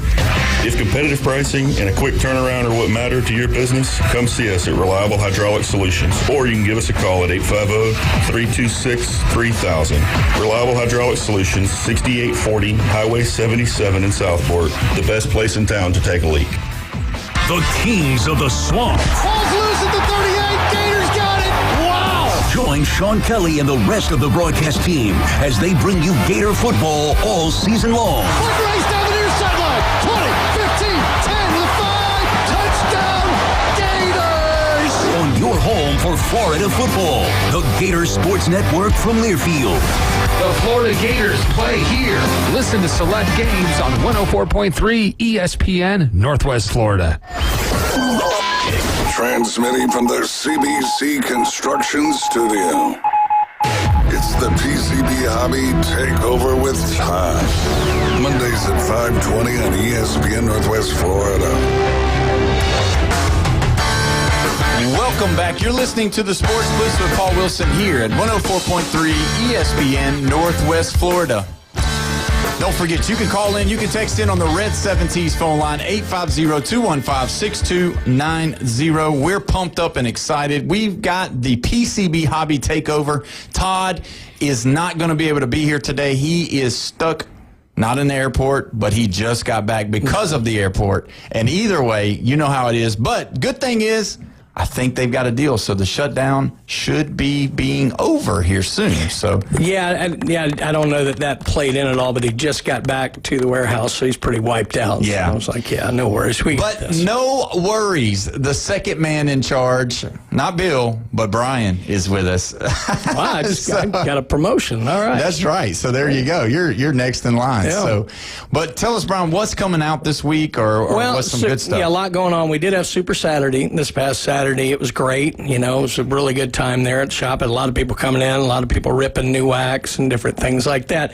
One of the big products, obviously, over the weekend was still the Bowman Chrome University football, the college football product. So that one was a lot of fun, based, obviously on what we were just talking about. Ty Simpson's in there, Jeremy Bernard's in there. So it was neat. Now, this week is about baseball. A lot of baseball products hitting. In fact, they've showed up, but both of them release on Wednesday. The first one is Topps Pro Debut Baseball, and it's actually a minor league product. And you would think, well, why am I that interested in that? Well, a lot of the guys who are in this have already been called up to the majors. So they will be, autographs of guys who just got called up, maybe like a Nick Kurtz, guys like that. Yeah. But it's in their minor league uniforms. And as we've talked about in here a million times, the names of the minor league teams are just awesome. Yeah. And it's so much fun. It's a good product that Topps puts out. It's one of the best ones every year because the checklist is usually so good. All these prospects you've heard about who are in the minors, all the guys who have just recently been called up, so they had already done the cards of them. It's a really fun, and it's usually a much more affordable product to get into because they're not already in their pro uniforms. Yeah. A lot of autographs, so that's a fun one that comes out this week on Wednesday. Also on Wednesday, we'll cover the pro end of things. Topps Update Baseball. So this is their kind of last. They do a Series 1 at the very beginning of the year, Series 2 in the middle. Update usually catches the guys who were rookies that got brought up late, guys who got traded during the season. They'll have tons of There's so many rookie cards in Update every year because they also go back and get the guys who were rookies earlier in the year, and they'll have action shots of them playing during the year. So a lot of stuff going on in Update, tons of autographs, again, tons of rookie cards. Again, Update really got made in 2011 when Mike Trout, his first card ever, was in Topps Update. And that kind of established it as one you always look at to kind of catch the last guys who were brought up. So, I haven't looked in depth at the checklist, but usually this is where you catch the guys who would have come up in like May or June. So maybe like the Caglianones, the Nick Kurtzes, the Roman Anthonys, the guys like that tend to be more in Update. So those are two huge products and actually both very affordable. Yeah, that's what I was going to ask. Because they are paper-based products, and this kind of Topps flagship, it's just Update. So very affordable and available in a multitude of formats: jumbo, hobby, megas, blasters. So they got a lot of that stuff. So I've been seeing a lot of stuff on like Facebook and Instagram and all of those things where the World Series stuff, when is that coming out? Is that something that's out? Do you have to order that? Because, specifically, and obviously I understand that they're going to show the top card, and there was a card that had baseball, had like the actual baseball on the card, and it had three signatures. It was the Japanese players, the Ohtani, the Yamamoto, those guys. It depends. Typically, a card like that, you would expect in one of their higher-end products, maybe like a Dynasty, which is a really high-end product, or Topps Definitive. Diamond Icon's already come out, so it wouldn't be in that. But typically, those kind of cards go in there, but occasionally they will throw them out there in a widely available set, like an Update or maybe a Chrome Update, which that'll be coming toward the end of the month. That's where the debut patches are. And that's the biggest thing in the hobby, is these Major League debut patches. So I don't know if we've talked about it at any point. They started doing this a couple of years ago. What they do is when a guy makes his Major League debut, on his sleeve, you'll see a little MLB debut patch on it. After the game, they take that patch off of the jersey. They put it in a card. The athlete autographs card, and it's a 1-of-1. Wow. This is the Paul Skeens card that last year Dick's Sporting Goods bought for $1.1 million. So these are like the biggest thing, and it's really cool. It's something they wore in their first game ever. When they start doing this in basketball and football, oh my God, it's going to be unbelievable. I mean, a Cooper flag of this is going to be many $1 million. But they do it every year in baseball, and there's so that's Chrome Update, which is going to come out later in the month. But a lot of cool stuff that goes on. So that one specific card, I don't know exactly where it will be. I would say generally those tend to end up more in the higher end products. So let me ask you this: the having all these cards coming in, have y'all had any big cards that have been broke there? Recently, have you had any? Because I've heard some people talk about they got the Cooper flag rookie, and then I heard about somewhere, I don't know, hit the Cooper Flag autograph card as well. I think we've had one Cooper Flag autograph hit. It was a guy who bought a box from us, took it home, and opened it. But we've had a lot of big stuff recently. I mean, Kabooms, now that Absolute is out, we've had a couple of those hit. Last year, we had a gold Kaboom out of 10 of Drake May, which is, was probably a $6,000 or $7,000 card that got hit out of one of our boxes. Back in the summer, we actually had some guys visiting from Denver. Okay. And I remember these guys, they came in, they bought a bunch of stuff, then singles, and then they came back like a day later. They're here for the week, and they decided they wanted to rip some boxes. And ironically enough, at that time, we had some Prism baseball, which is unlicensed, but Paul Skeens was in it. There were some guys in it because they hadn't been pulled up or whatever.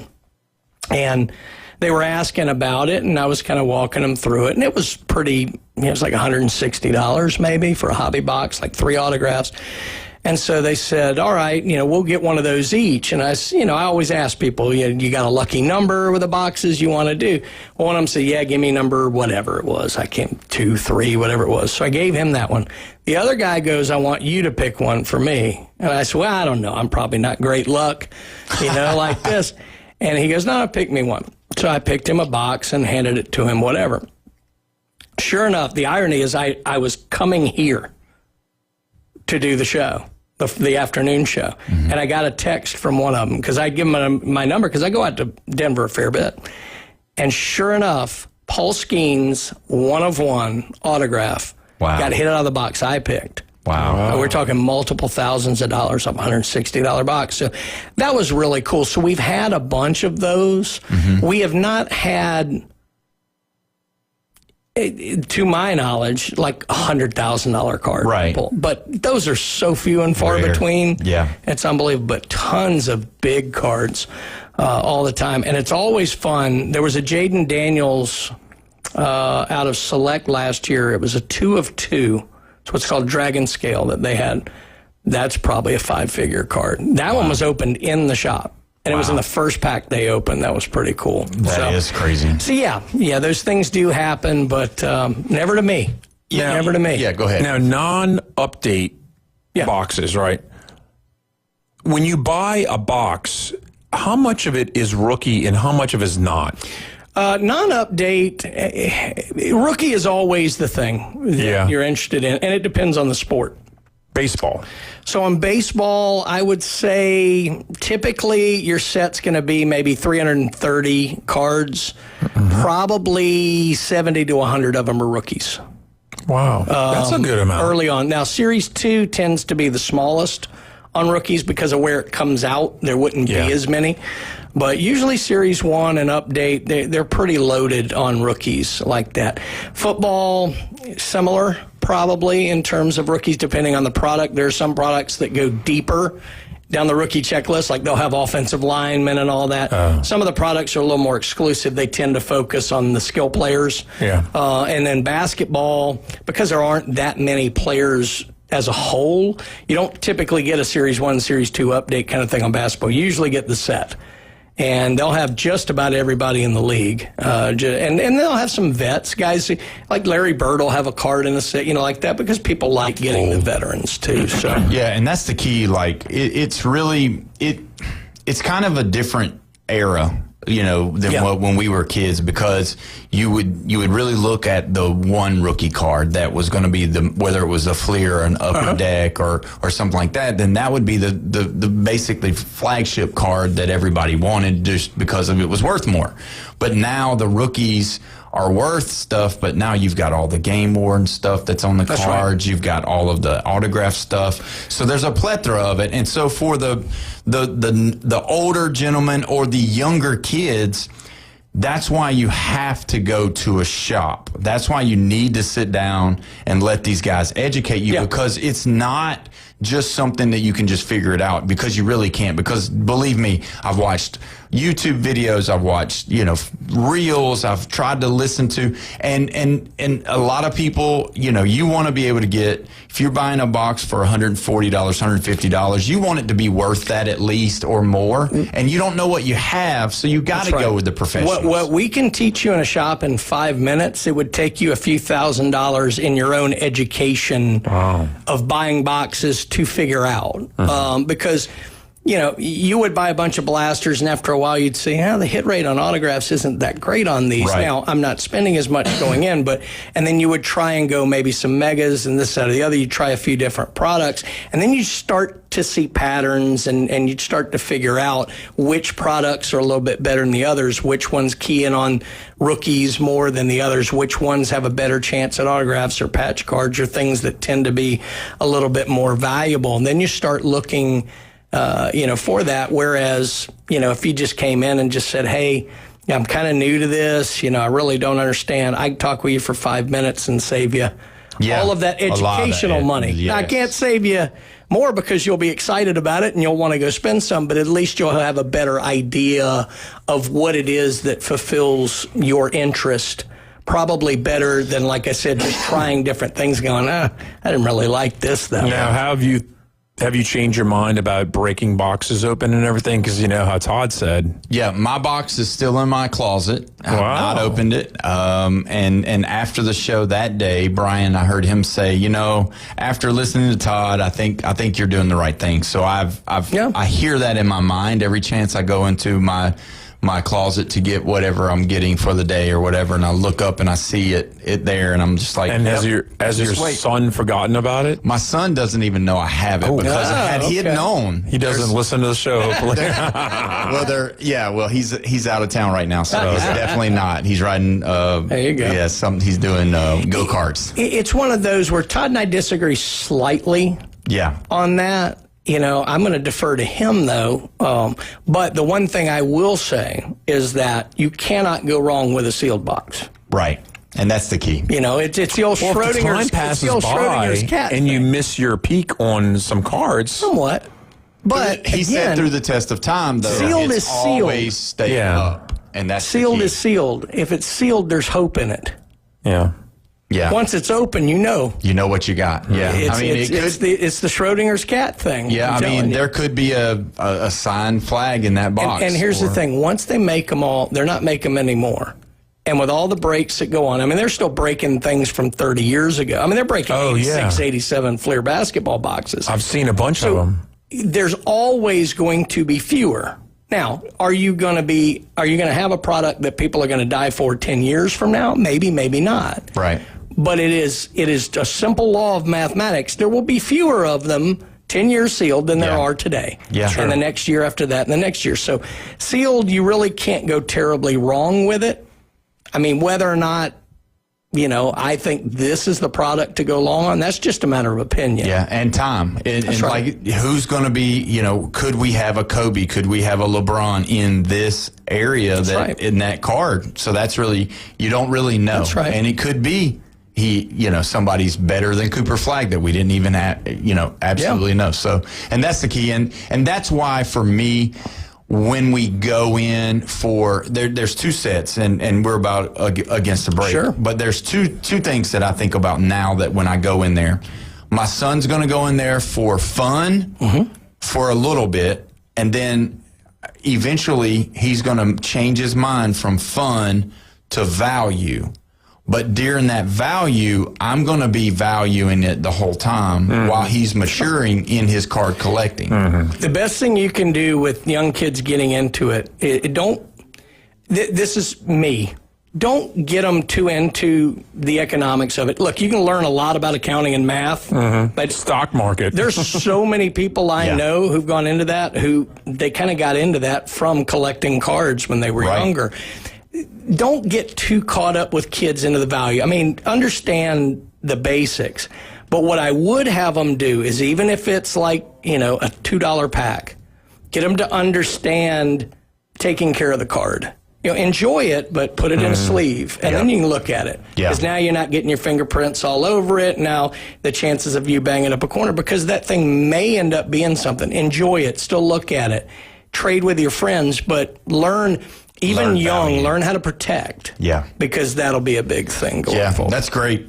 And that's the biggest key for this. Have fun with it, but, in the end, the moms and dads, they're spending the money on it. Yeah. They do want a return on their investment. And look, the beauty is you may spend $100 and something on a box. A package of 100 penny sleeves is $3. There you go. Get you one of those when you get it like there. Teach them how to put them in there and protect them. Perfect. Set them up. You might have something good. But either way, when we come back, we're going to dive more into this SEC football slate that we had over the weekend. You're listening to the Sports Blitz with Paul Wilson at 104.3 ESPN Northwest Florida.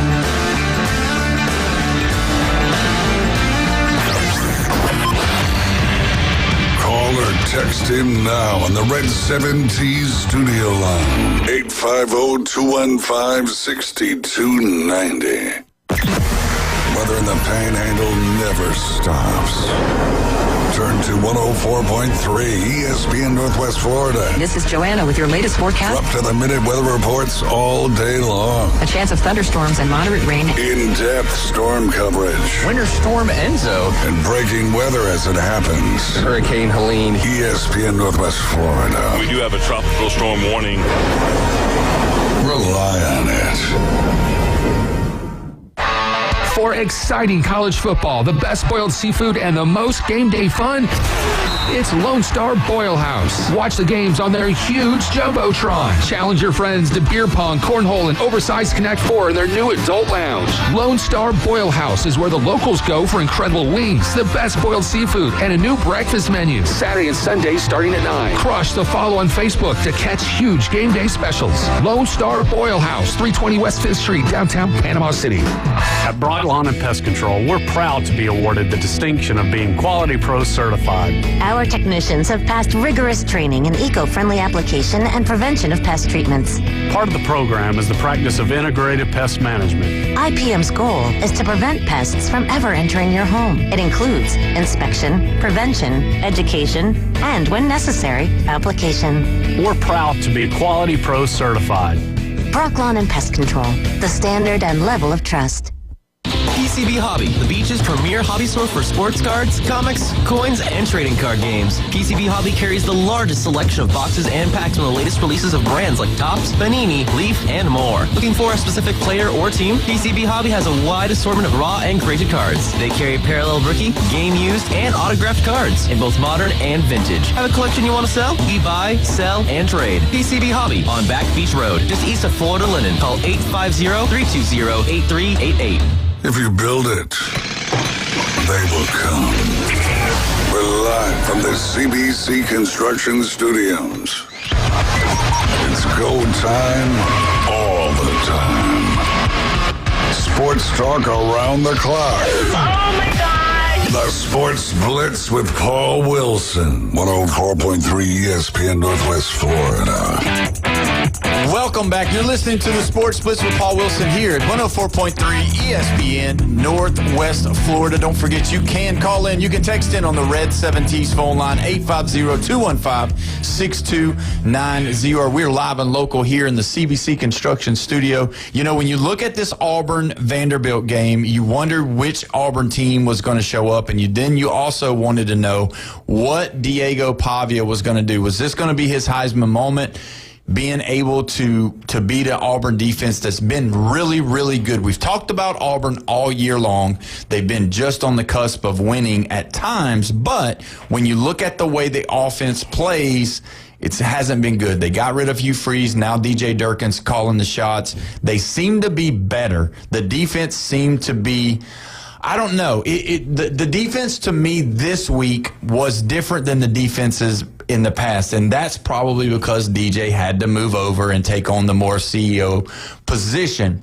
So, with that being said, Auburn played respectable, took them to overtime, and lost. Good. And when you look at it, that team to me is scary because they don't have anything to lose going forward, and they're going to play everybody tough because they got the talent. They've always had the talent. Some of that, though, has to do with it's your first game out. So I do think there's going to be that, which that won't be the case. Now, they'll be up for Alabama. Of course. They won't be scared of Alabama. But there may not be that first game kind of oomph, that kind of sharpness, whatever like that. I guarantee you every Auburn fan in the country is trying to figure out, we may not want DJ Durkin as the head coach, but how in the world can we keep him as the defensive coordinator? Bottom line is you can't. No. If he goes for the head coaching job and someone else gets it, you can't have him on staff under him. You just can't. And it's a shame because he's done a wonderful, wonderful job. Do I think him being in the head job affected their defense this week? I don't know. Maybe a little. It's hard to say. I mean, Vanderbilt's pretty good. Yeah, they're good. And a lot of those points came late. Yeah, I just think, too, like, could it be possible, though, that DJ Durkin now, he's now into, I'm playing myself for an opportunity not only at Auburn, but a possibility of somewhere else. He'll never get as good an opportunity at a head job right now as he does with Auburn.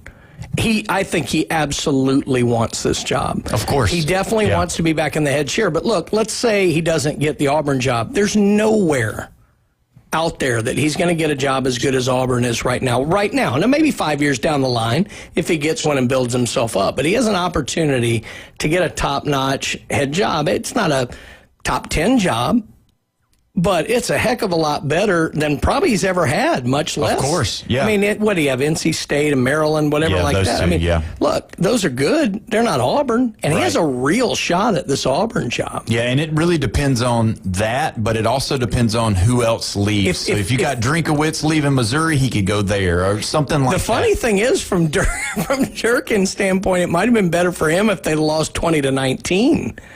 Because the fact that him moving up to the big chair and now they gave up a ton of points, you kind of hate that. Yeah. So what I don't agree with, though, you said that they don't know what they're going to be looking at. So it was 20-10 at halftime. They almost scored just as much in the second half as they did the first half for Auburn because Auburn was winning at halftime. Yeah. So to me, it really wasn't like they don't know what to expect.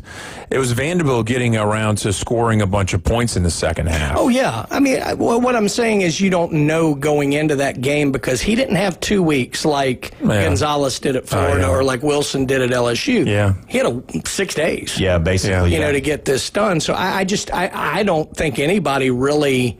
I don't think any Auburn fan can say they expected, what did they end up with, 38 points? I don't think any Auburn fan would have expected 38. Oh, I think they'd have been happy with 24. Yeah, and they based on definitely what they've didn't been expect seeing. for the game to be But they didn't that expect close to give either. up 45 either. And so it's just it's just different. I think Auburn fans in their mind are like, oh my God, I wish we could get someone who could run this offense like that all the time and DJ go back to rocking the defense the way it was. Yeah. And it's just kind of a unique scenario where I don't think that's going to happen, obviously, because I think DJ wants the head job and that's where it's going to. And as long as he doesn't, the wheels don't fall off. Right. As long as something like that, he's got a legitimate shot. And if he plays Alabama tough, if he, some way, somehow beats Alabama, he's going to be the head coach. I think a key for them, too, is going to be who's available and also are they able to get into a bowl game? That would be big. What are they now? Are they 4-6? 4-6, So they have to win both? Yeah, I mean... It's going to be uphill climb, but but just doing what he did, that gives that program hope. Oh, sure. Brad Law saying that in my mind, I was thinking, because we didn't add him. No, we didn't say nothing about him in the questions that we were asking. It was Kiffin, it was Drinkowitz, it was Kelly, it was all these other guys, and he by himself said that. That's right. And so that's definitely the name in the room. Now, you said something else that intrigued me in the beginning of this, where you said, did Diego Pavia have his Heisman moment? I don't think so. Mm-hmm. Here's what I will say, though, and I know it's not the most valuable player. The Heisman is a hype award. It's a stats award. It's whatever. And I saw somebody did it after I said it. I'm claiming this. But I did. Hey, but no, I'm not the first person in the country who's had this idea. I'll tell you this much, though, right now. He shouldn't win it. He should get an invite to New York if you're inviting today. Yeah. What did I text you? Yeah. He said after this game he's going to New York. Because name me a player, maybe Mendoza, maybe. Yeah. But I think they're pretty solid this year around that. Name me a player who is more valuable to his team than Diego Pavia is to Vanderbilt. Nobody. I can't think of one. Nobody. He's what Jonathan Taylor is to the Colts. Unbelievable. You take that guy out of that team and put whoever you want there. It's not the same. The way they play for him, the way he takes control of the offense, the way he's got that me against the world mentality that everybody hates me and I hate everybody just the same is the same guy there. I think you better go look at the stats. The stats. Mendoza's stats. For Diego for this game. Because it's no, he put up huge numbers. Oh, yeah, it's huge. But massive. To me, he should not win the Heisman, I don't think. Yeah. He should get invited. Well, if he beats Tennessee, guess what? Yeah. We'll be having a lot more votes for him. Yeah, if he beats Tennessee, gets into the playoff, and then maybe wins a first round or does crazy stats. Well, the Heisman is going to be voted on before the playoffs. That's right. Yeah. That's as soon correct. as Tennessee's over with. Boom. The irony is, the worst thing that could happen to Mendoza is Sayin keep putting up big numbers. And here's why. The Midwest vote gets split in that case, and we've seen it. How many times in the Heisman, when a region has an area that splits votes, the guy in the other area is that. Now, would that benefit Ty Simpson? He's looked a little more pedestrian lately. Will that benefit Diego Pavia? I don't know. Does somebody else jump out? We all know the best player in the country is not even being mentioned because the best player in the country is Jeremiah Smith. And I don't think it's close. And that's I think he is 100% the best player in college football. No. And people are going to agree and disagree, but that's probably why Julian Sayin is going to miss his moment because it's probably going to split him. The thing about because they're going to say, well, he's good, but it's because he's got the best player. But he's got numbers that no one's ever had. He had that 81% completion rate going into this past weekend. Julian Sayin? Yeah. And look, you can say that's because he had great wide receivers, but that's better than anybody else ever had. Yeah, but it's not. And look, it's not sexy. He's not sexy. Oh, enough. I get that. He's too young. Yeah, he's young. He hasn't played nobody. I get it. That's where a lot of people look, are going to say. A couple of years ago, I thought Brock Bowers the best player in college football. He was never going to win the Heisman. Never going to invite him. I think Jeremiah Smith's best player in college football. I really do. And that's why he's 12th in yardage. I don't know if he's still 12th in yardage. Before this game, he was 12th in yardage in receiving. Well, he's getting doubled. Tell me Carnell Tate has the numbers he has without Jeremiah Smith on No, he does not. He draws the doubles. Yeah, he does. He does. Every he gets game. a double. That's why Tate's been talked about so much, and that's why they. But I just, if you ask anybody across the country outside of the Big Ten bubble, you're not going to, if you said Diego Pavia or Mendoza, they'll say for the most part, man, I love the way Diego Pavia plays. And that to me is going to be that sexy vote, whereas Sayin and Mendoza are going to split those votes with Jeremiah Smith because Jeremiah Smith or Tate or somehow, some way, they're going to get some kind of voting going on. What's more interesting is just the lack of overall star power. Right. As opposed to years past because Pavia, Simpson, Mendoza, Sayin, they aren't stars. They're good players on good teams. It's amazing to say that about Vanderbilt, but it's true.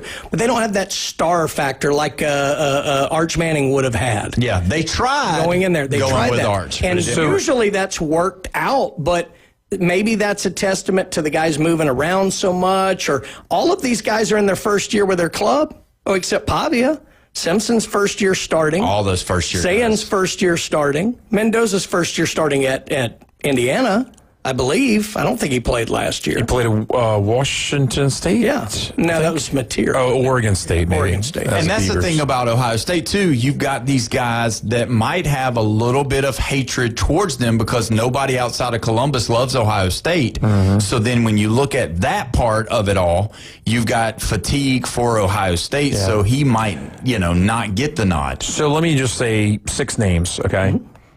We're going to go with Mendoza. Mm-hmm. And this is kind of the ranking that I think in my mind. Mendoza, Diego Pavia. Let's say it's Jeremiah Smith. And then Julian Sayin. Haynes King, and then Ty Simpson. Mm-hmm. That sounds about right in my mind. Yeah, I mean, if they go 6, I'd say yeah. The only opposite that I would say is that if they went 5, Jeremiah Smith drops off. But the thing is, his numbers. It's 3 will get invited to New York easily, if not 4.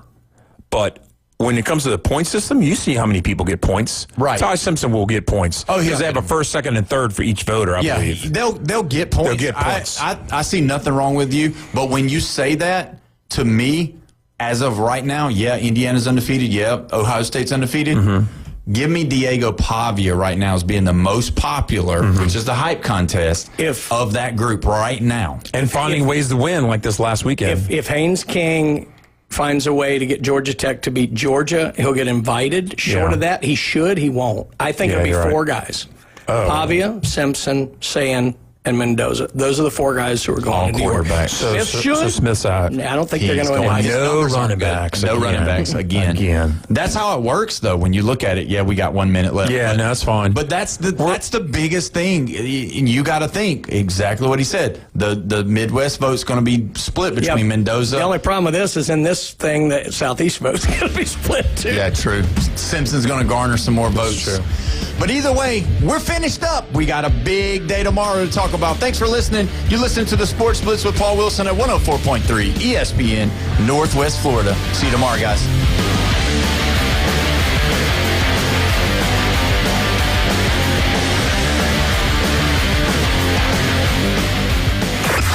Call in now. This is Touchstone service. The Red 70s studio line is open. Demonstrate how to make a call with your dial telephone. 850-215-6290. Keep the game going with ESPN Northwest Florida. Just because you get out of the car doesn't mean the Sports Talk and Live play-by-play have to end.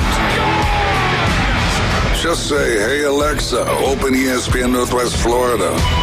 From Michigan Avenue to the man cave, from the car to the kitchen, we've got you covered. Keep the game going. Hey, Alexa, open ESPN Northwest Florida. Overheard at the Hard Rock Bet Party.